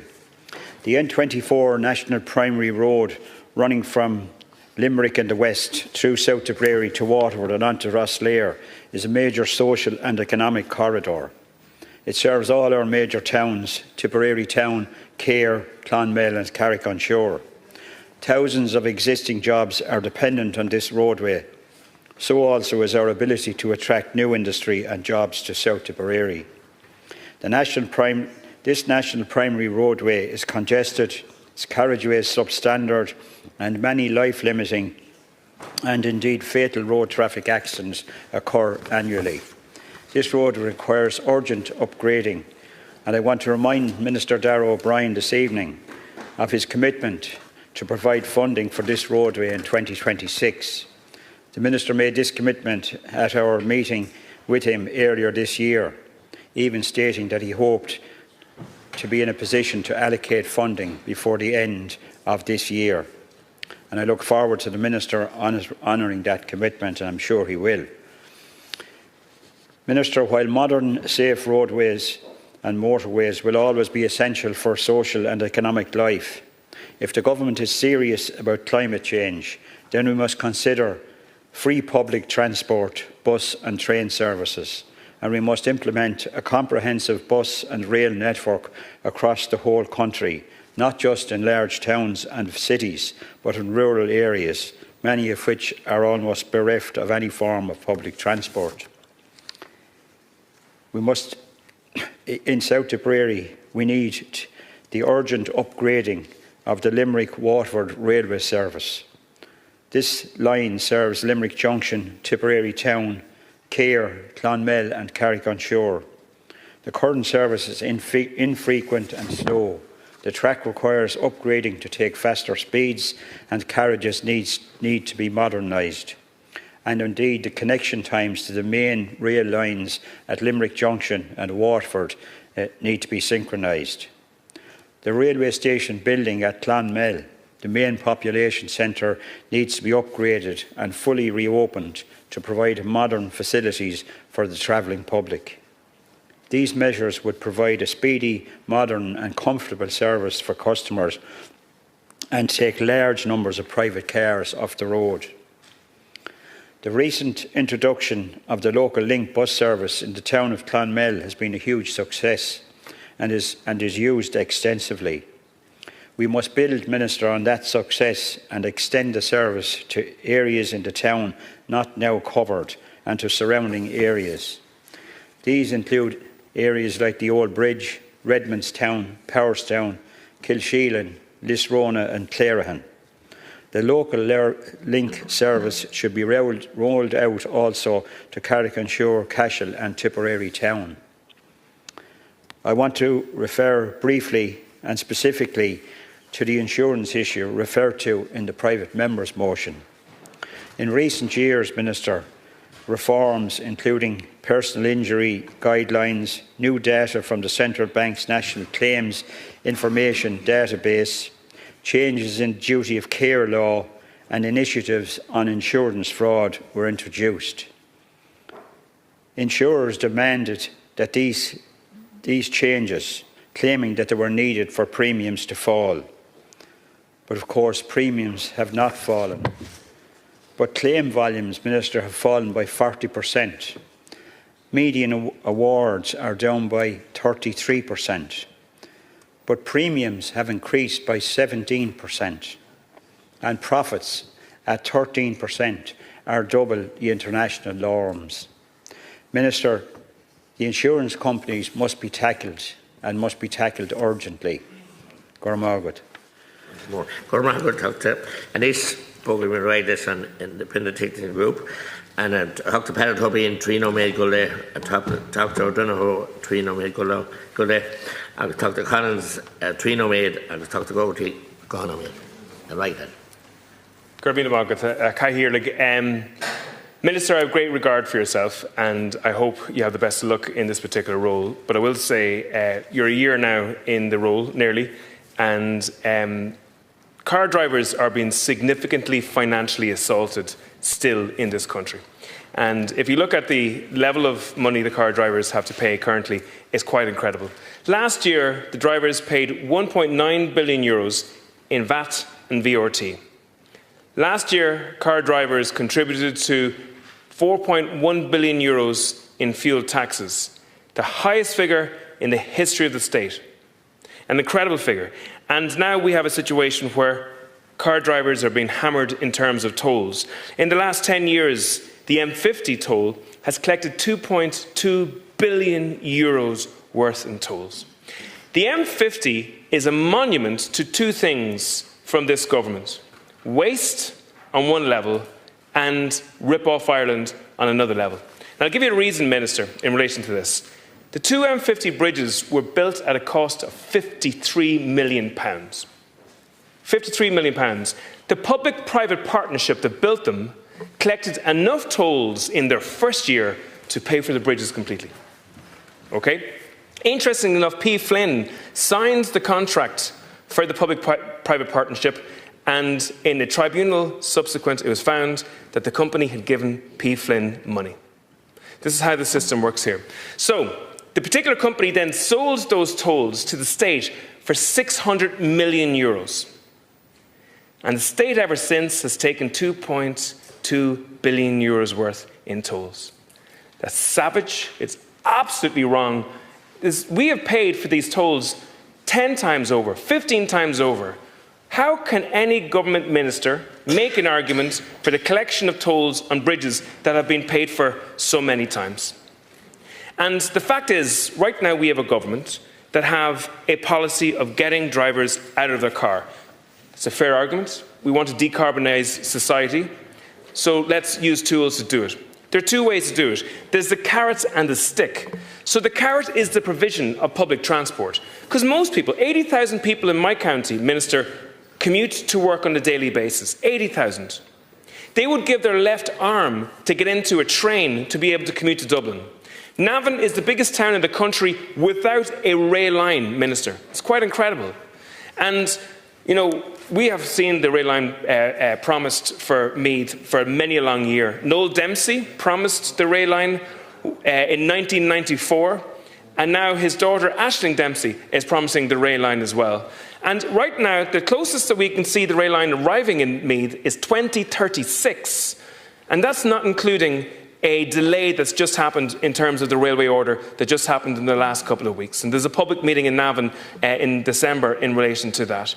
But the situation is we have the government using the stick of higher VAT, higher VRT, higher fuel prices, higher carbon taxes and higher tolls to get people out of the cars. But those people have no alternatives in terms of public transport to be able to get to work because the government is not providing that public transport to them. And that's the real frustration that there is in society. Gurmil Mahagat. Thank you, Chair. Minister, I'll start off on the first one, insurance and insurance fraud. And who's paying for the insurance fraud in this country is all the rest of the people are trying to get insured themselves. So what we're seeing there is from a person trying to insure their vehicle with a Limerick, Tipperary, Cork, Clare. If you look at the same vehicle over the different counties, it seems to be where the cities are, the insurance rates are higher. So we've done a small synopsis, actually on a Toyota Corolla. We've done the same vehicle, 1.4 petrol, and we looked for an insurance, same person, same insurance, same car, so we went across all the sectors. There was a difference of €900 in Tipperary. There was a difference of €400 in Cork. There was a difference of €700 in Clare. Same vehicle, but different counties.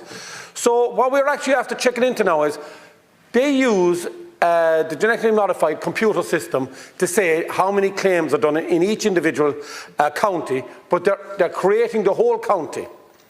So what we've now looked into is the amount of claims that have been made by the same people, families, relations in one area have not been curtailed by the insurance companies. So you could have a family, and if you looked at it through an insurance fraud sector, there could be family and relations and everything belonging to them could have done multiple insurance claims, which the people of their county are now paying for because a computer system says that you've extra claims in your area. That's fraud. And we need to target those people that have the fraudulent claims. Now, if somebody has an accident, that's fine. But somebody claiming for an accident and have 10 and 12 accidents, that's a problem. If they have one, fine. If they have two, maybe. If they have three, you're asking a question. But if there are multiple claims, we need to make sure that the government and the authorities target those people and put them on a system, computer modified as well, to find out how are they related, are they connected, to save the people in the different counties money that are trying to get on the insurance ladder. Also for young drivers, where there's no public transport, and learner drivers and novice drivers, trying to get them on the road system.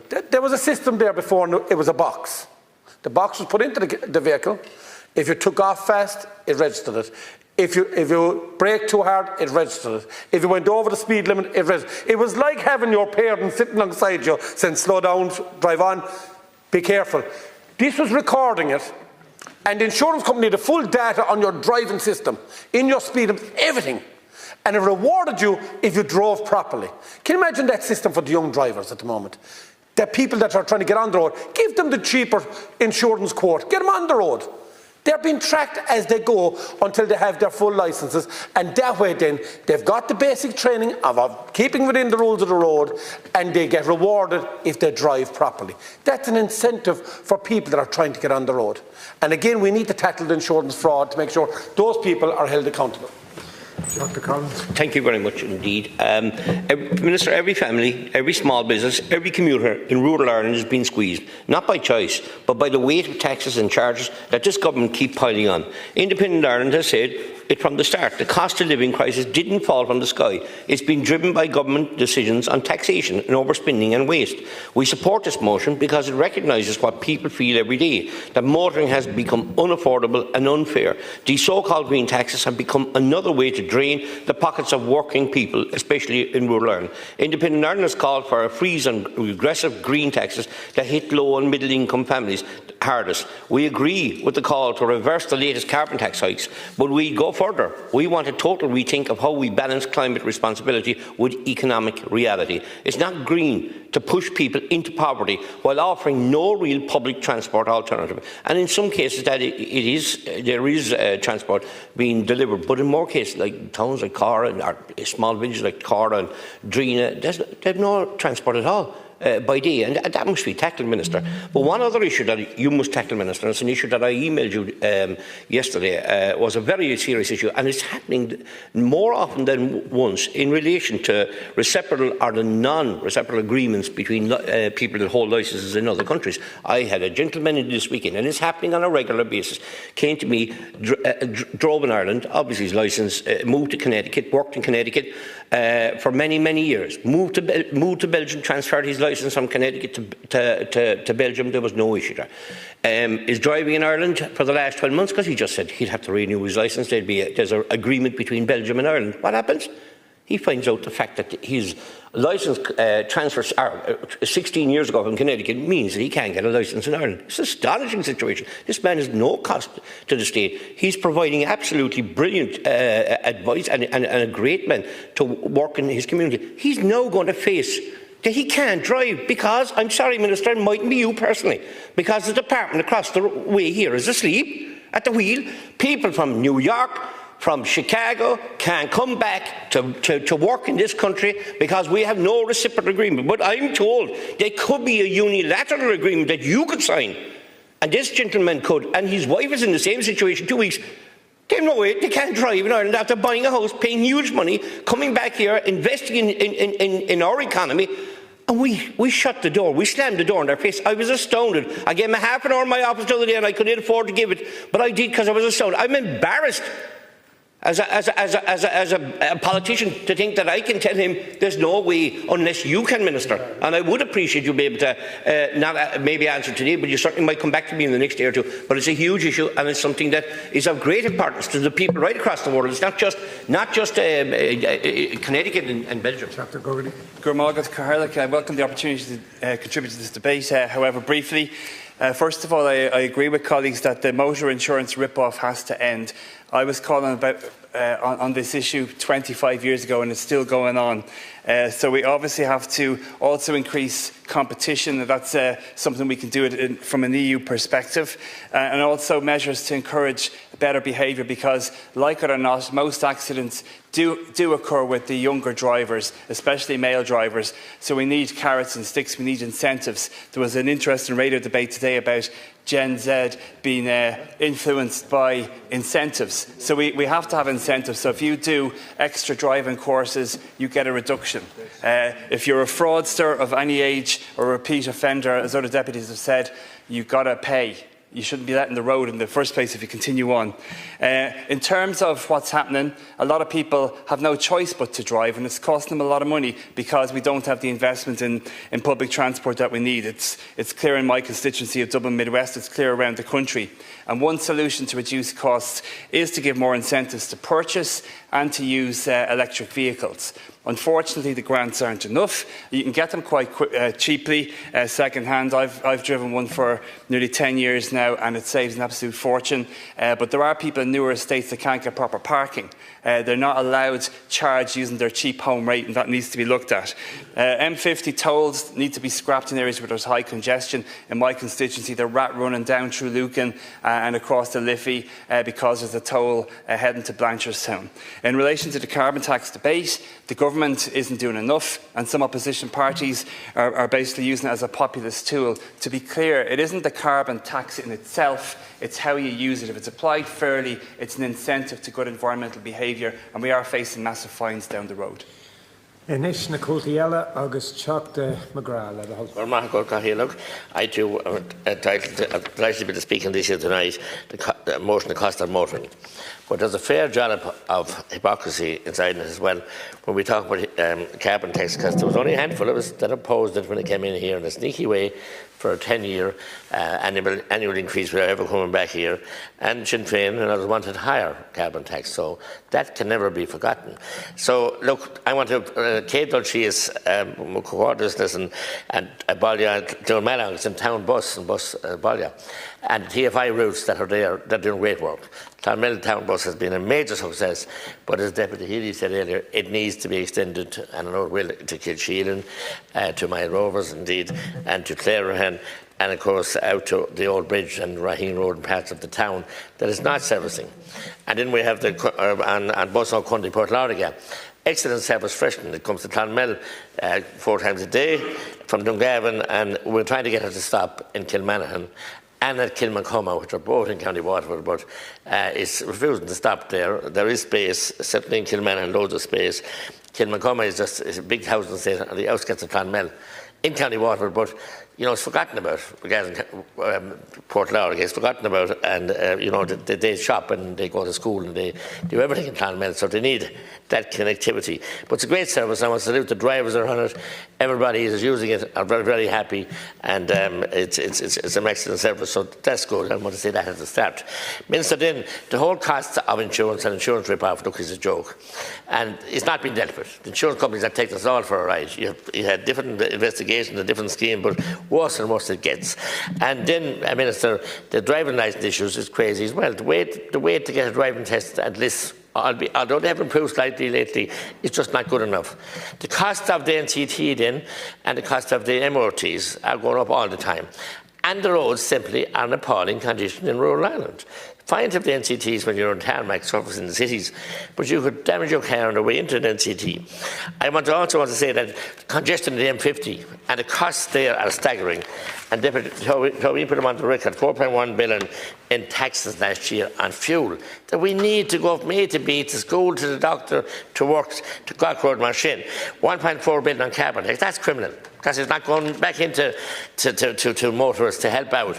The toll companies are taking us for a ride, the more increases coming up again, and they charge what they want. And the M50 is a car park. I came through one Sunday recently on the way to Monaghan, just standstill. On a Sunday, I was very surprised, it's Bank Holiday Sunday, just a standstill, so we need better planning there. The rail service, certainly, from Limerick to Waterford, I use the train quite a bit to come to Dublin, a good service from Clare, not enough of them, and not enough return journeys, but it's on to Limerick Junction and then to Dublin, and that line from Waterford to Limerick needs a major upgrade, and many, many more services with better connectivity.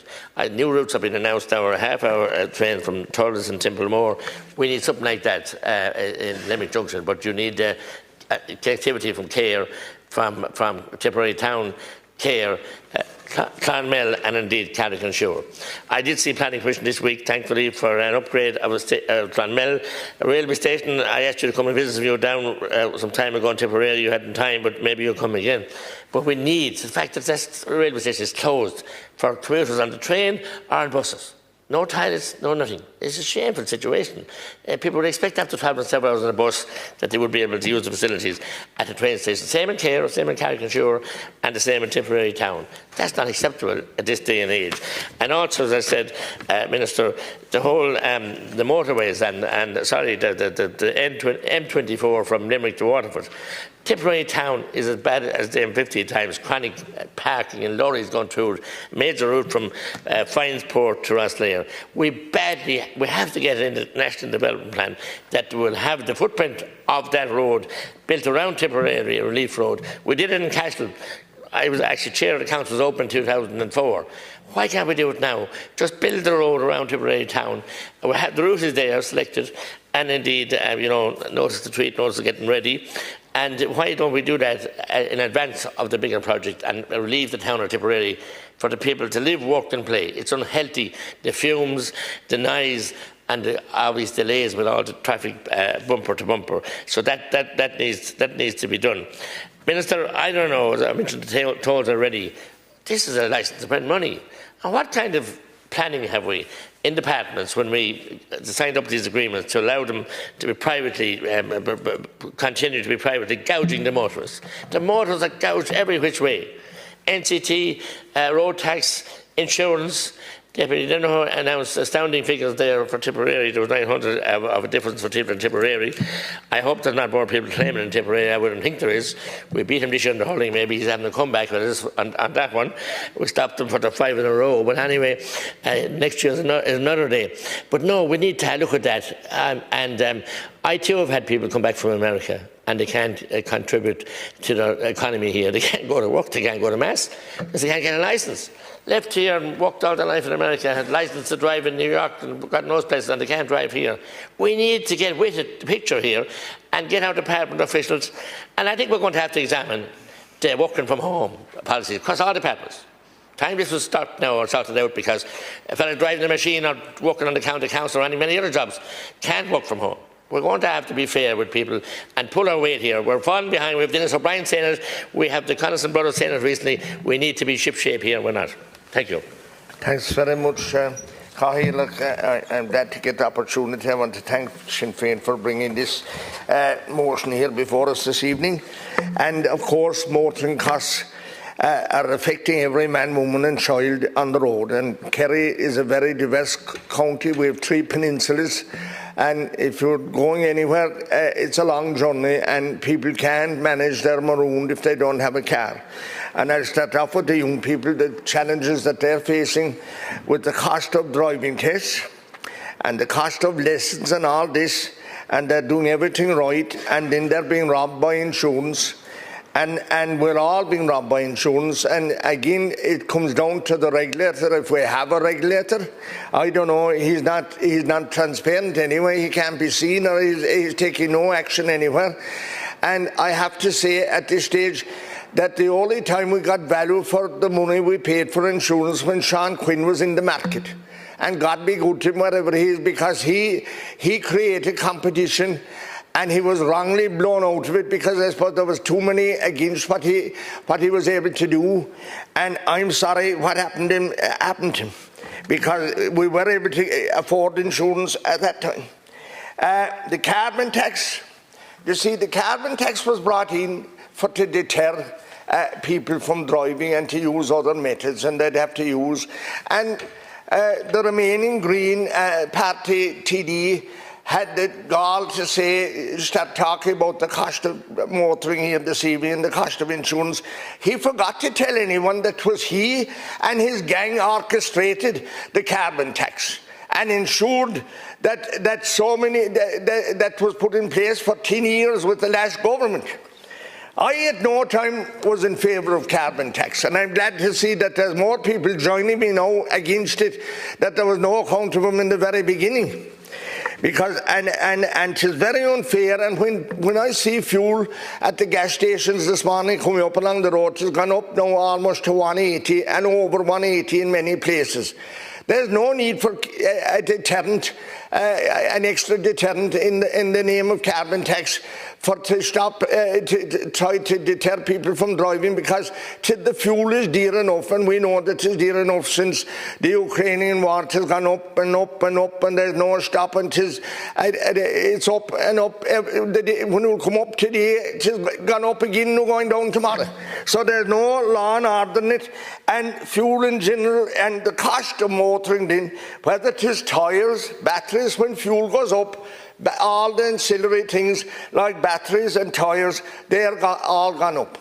The cost of passing in CT, it is affecting every man, woman and child, and because some of our roads are not in a great state, Minister, the local authority and the department are doing their best, but despite all their best efforts, we've been inclement weather, we've rain on roads, water, and roads have been constantly damaged, and cars are affected, and it's harder to pass the test.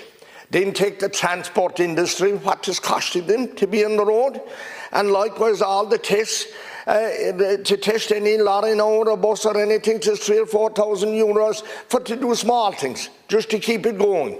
You won't do make any wonder out of it. But and the cost of the fuel that they're paying each day, and taxes, the whole thing is driving up the cost of living, and the fuel is the main driver for the cost of living going up. I have no problem in the world in saying that.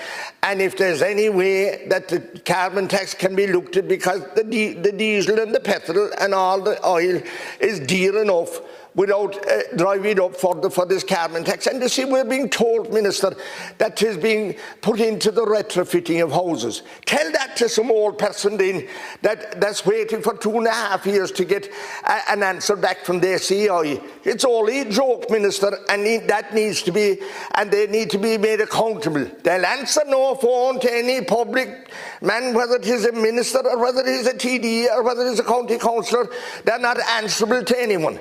And 2.5 years they might come back and they might say, you'll get this or you won't get that or whatever. That's not fair, and that's not the way to run a country and to run a department.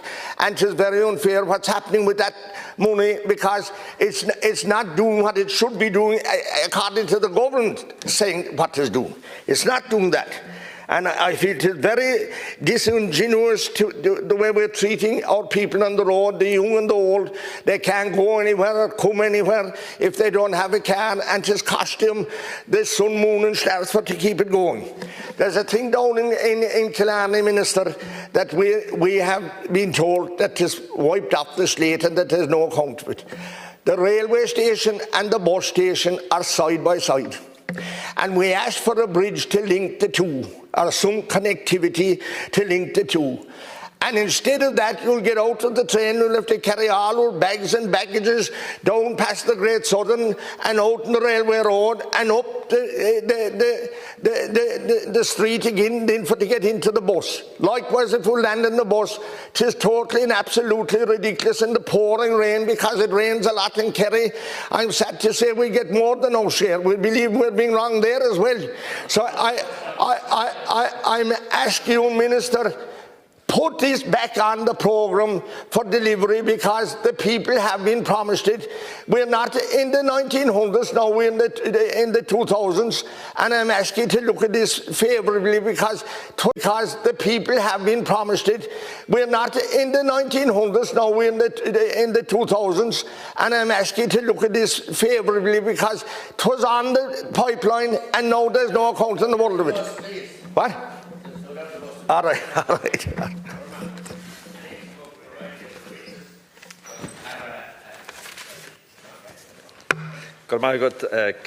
And first of all, I just want to confirm that the government will be opposing this motion, and I welcome the opportunity to respond to some of the issues raised in this debate on the motion put forward by Sinn Féin on the cost of motoring.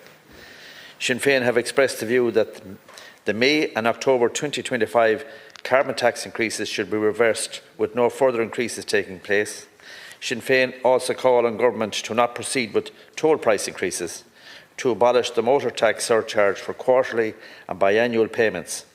The motion also calls on government to progress and enact Sinn Féin's Judicial Council Amendment Bill 2021. I have noted the discussion this evening and want to respond by re-emphasising the government's commitment to supporting households and business in a manner that is fiscally responsible and sustainable over the long term.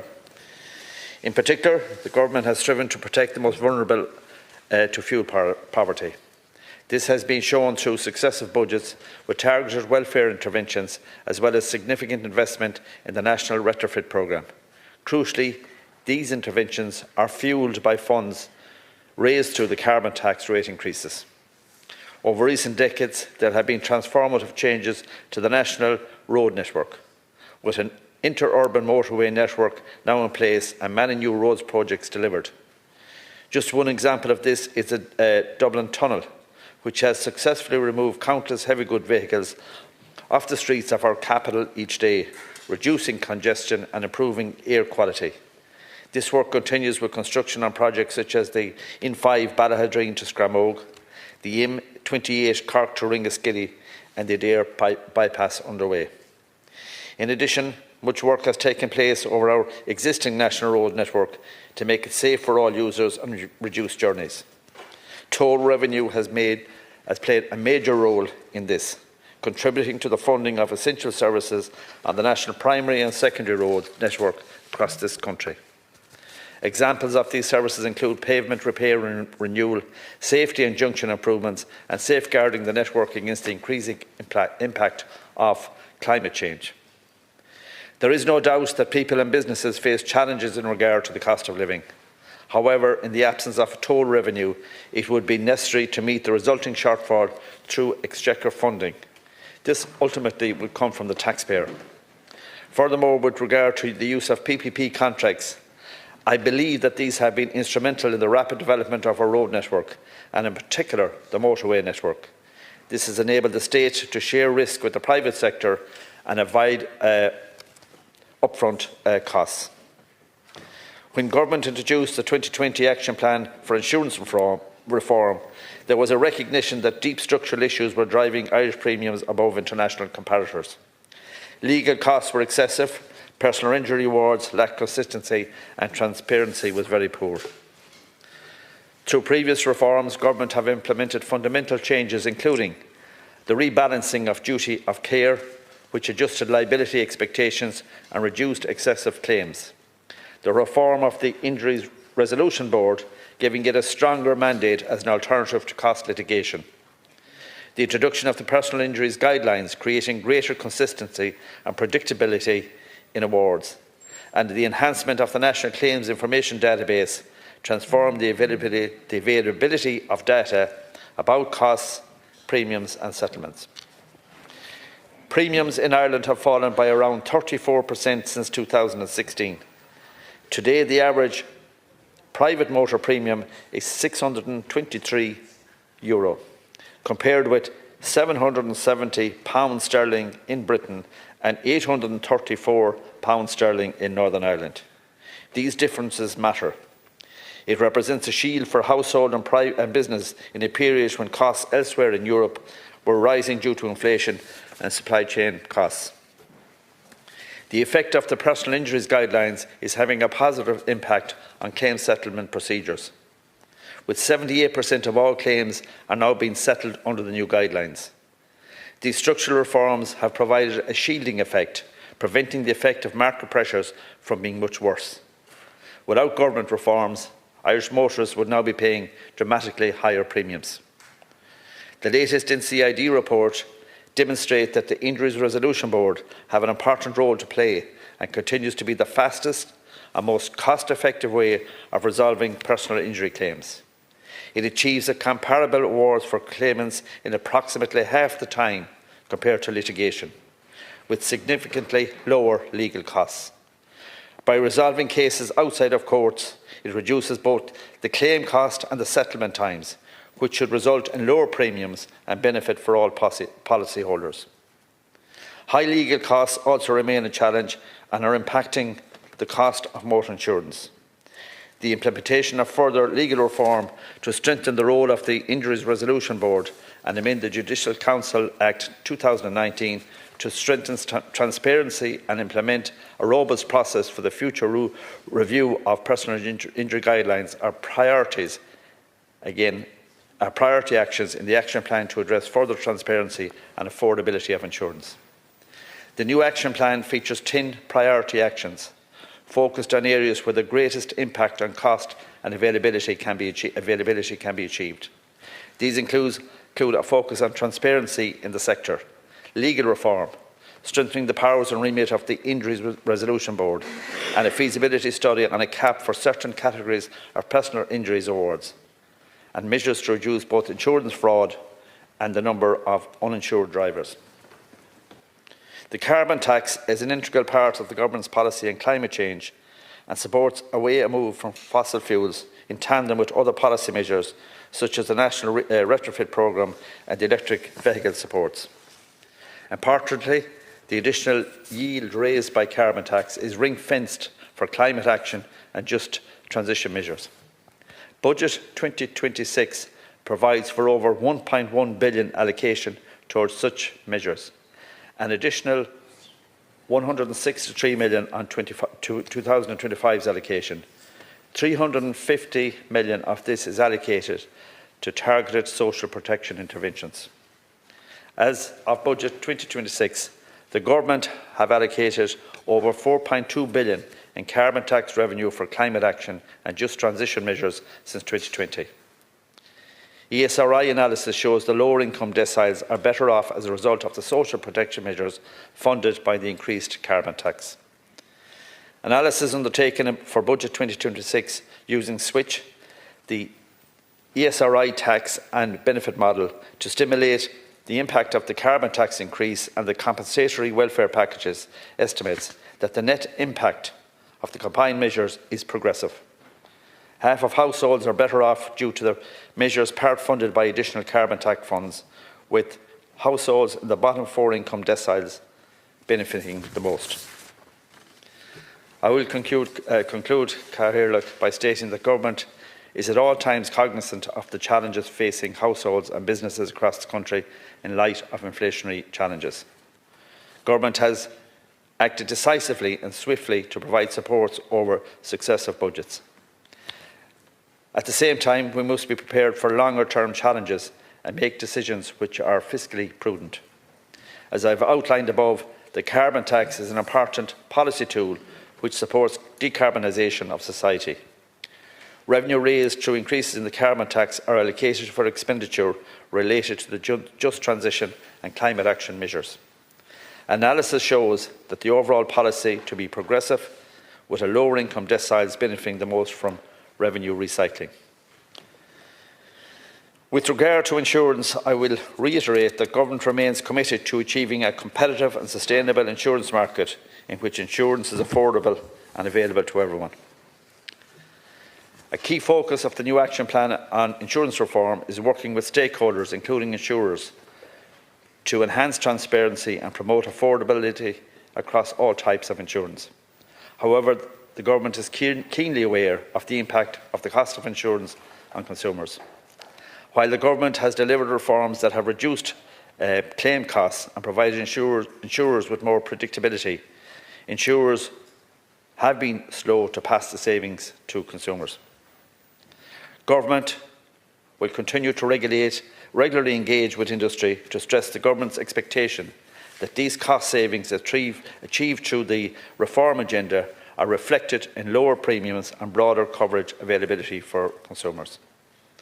Finally, turning to tolls and PPP projects, it is important again to highlight the ongoing improvements on our road network, which are necessary to support a growing population and economy.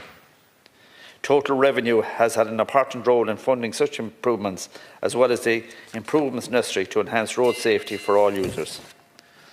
PPP contracts have been instrumental in the rapid development of our road network, and in particular the motorway network. Accordingly, I do not accept the motion before the House. Thank you.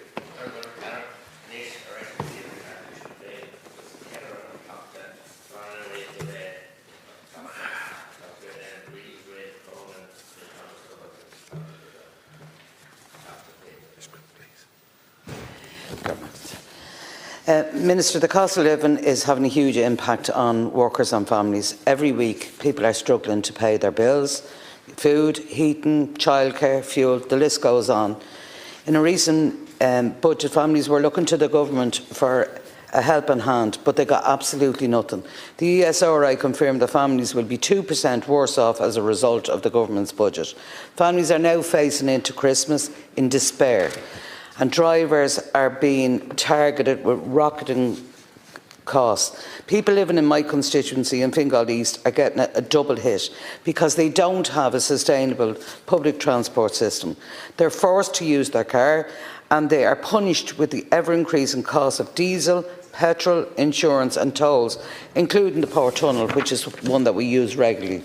Simple truth is that people, if they had a reliable bus, train and metro service, they'd leave their car at home and use public transport, but they don't.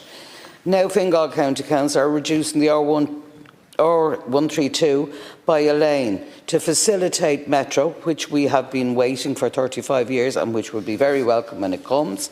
But this is another plan that's going to impact badly on drivers. This will bring traffic to a standstill, and it has to be deferred until the Metro works start proper.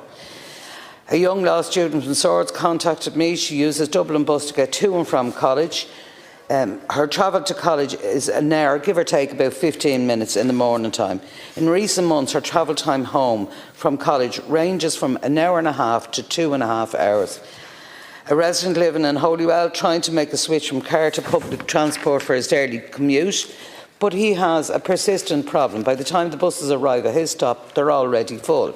He said the situation has been recurring for so many years that it seems that most people just shrug their shoulders. They've given up on raising the issue because nothing will be done about it. Another constituent was in touch about the train service from Donabate. She said the current level of public transport is not sustainable or fit for purpose for a town with a rapidly increasing population. So it's simply not good enough. So my message to Minister Darragh O'Brien, who represents the people in Fingal East as I do, is you know what the issues are. Deliver a sustainable transport system that's reliable, effective and affordable for the people in Fingal East. This will benefit both the environment and put money back in people's pocket, and support the Sinn Féin motion. If government votes against this motion to support workers and companies who are struggling because of the costs that are being levied on them, shame on you. The crisis in the cost of living is out of control, Ara. Every day in this chamber, the opposition come to you with solutions to put the issues that people are facing every single day. People are having to choose between lighting and heating and paying through the nose for insurance, toll costs and petrol and diesel. But you know these issues are facing people. Tá is a gut fui na fibana atá a coup.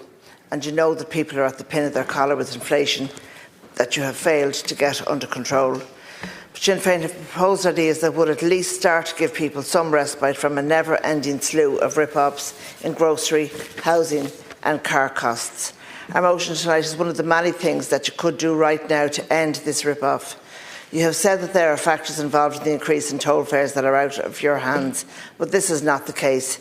Minister for Transport, Darragh O'Brien, has the power to stop this increase in toll prices. He could stop it tomorrow if he wanted to, but he doesn't. He doesn't want to, and he doesn't stop it. Because much like everything else with this government, it's not a lack of ability, but a lack of political will that has people facing this current cost of living crisis. On insurance, Pearse Doherty has repeatedly told you how you could properly deal with the rip-off premiums that insurance companies are charging.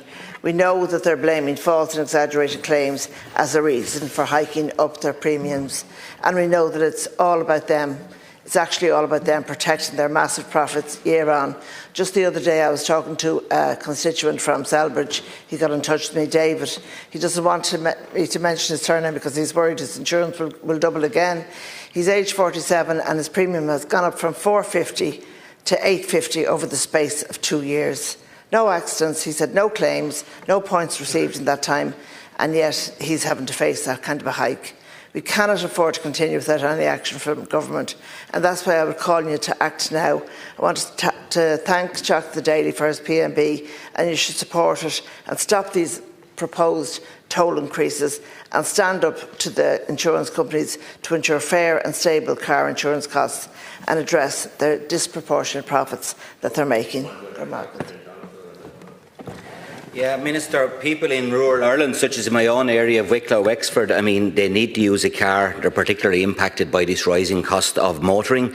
They're getting fleeced with fuel costs, rip-off insurance, as just mentioned, parking charges, maintenance for service repairs, including NCT, especially if you're using rural back roads, where I live, which are in dire condition, financing charges if you have a car loan, then there's depreciation, a car losing, say, 15 to 30 35% of their value in the first year and 50% by year 3.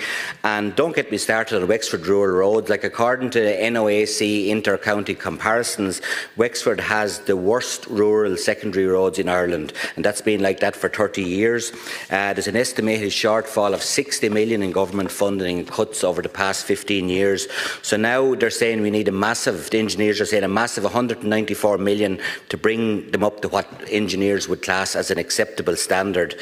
Just on the way up to the inauguration yesterday morning, I hit a semi-pothole, a sort of a broken, jagged verge that had been covered in the rain, and after that I narrowly missed the car while trying to avoid another deep pool which could have had the same. So these type of things are impacting hugely on people who live in rural Wexford and South Wicklow in terms of maintenance costs, because you need to have a car in these rural areas. So all of these are added costs, mean damages to rims, shocks, bushing, inner tyre rods. I've become an expert in all these things, the amount I've had to pay out in the last few years, and it's the same with lots of people that I know. You have a graded the gradient of the roads, the way it tapers down to the verges, it's putting strain on the steering systems. So you have all of these technical extra costs which people don't have in many other counties that don't have these road conditions. So the government has to address this, as the County Council have repeatedly requested. So we in Sinn Féin, like our private members' bill, would be to stop the proposed toll increases, end the farcical penalty of when you have to pay for your motor tax in one single payment, deal with the insurance companies, reverse the carbon tax increase of October, and don't proceed with further increases which are really fleecing people in rural Ireland. So, thank you. If ever anybody in this state needed proof or evidence that the government didn't care about the cost of living crisis or didn't care about the increased costs on motorists, you can see it in the Minister's own speech from earlier on, where he said that this House should reject the Sinn Féin private member's motion and instead support the government's counter motion on this matter. But the government didn't even bother to lodge a counter motion to this. So it's farcical that in the replies that the Minister gave earlier on, he mentioned that he's aware that motorists are penalised because of if they can't pay up front, they pay an extra 5% in increments, knows about it but isn't doing anything about it except for a bill that he's announcing sometime in the new year. He knows as well that despite carbon tax increases not being effective because people have no choice in how they do, he is not going to reverse the carbon tax increases. But the funniest thing of all is that despite all the money paid in taxes, the government is going to continue with the toll increases. The government doesn't need to do this. It's mean and it's unfair, and it's punishing commuters, punishing people who have to go to school, who have to go to college and who have to go to the doctors. But the biggest laugh of all is that in tackling the insurance cost, the government argued that our Judicial Council Amendment Bill doesn't take into account the significant work undertaken by the government. But it's not working, and for 40 years Fianna Fáil and Fine Gael have been doing everything that the insurance companies want to do, hoping against hope that a motor premium will reduce. In fact, when claims fell by 40%, premium fell only by 5%. And it also goes on to say, the Minister's statement goes on to say that it could undermine the efforts. It's hardly going to do that when the best that he could come up with was the introduction sometime in the future of a new code for insurance company, not mandating them, not bringing in legislation, but a new code which hopefully the insurance industry will sign up to. It's laughable, the amount of leeway that has been given to insurance companies. So what we propose is not radical, it's not common sense, or it is common sense, it's fairness, it's not left or right, it's what people need now. And I say to the government, don't hide behind excuses anymore, don't pretend that your hands are tied. You're sitting on your hands at the moment. You have the power to act against the rip-off, against the cost of living increases, but you're doing nothing about it.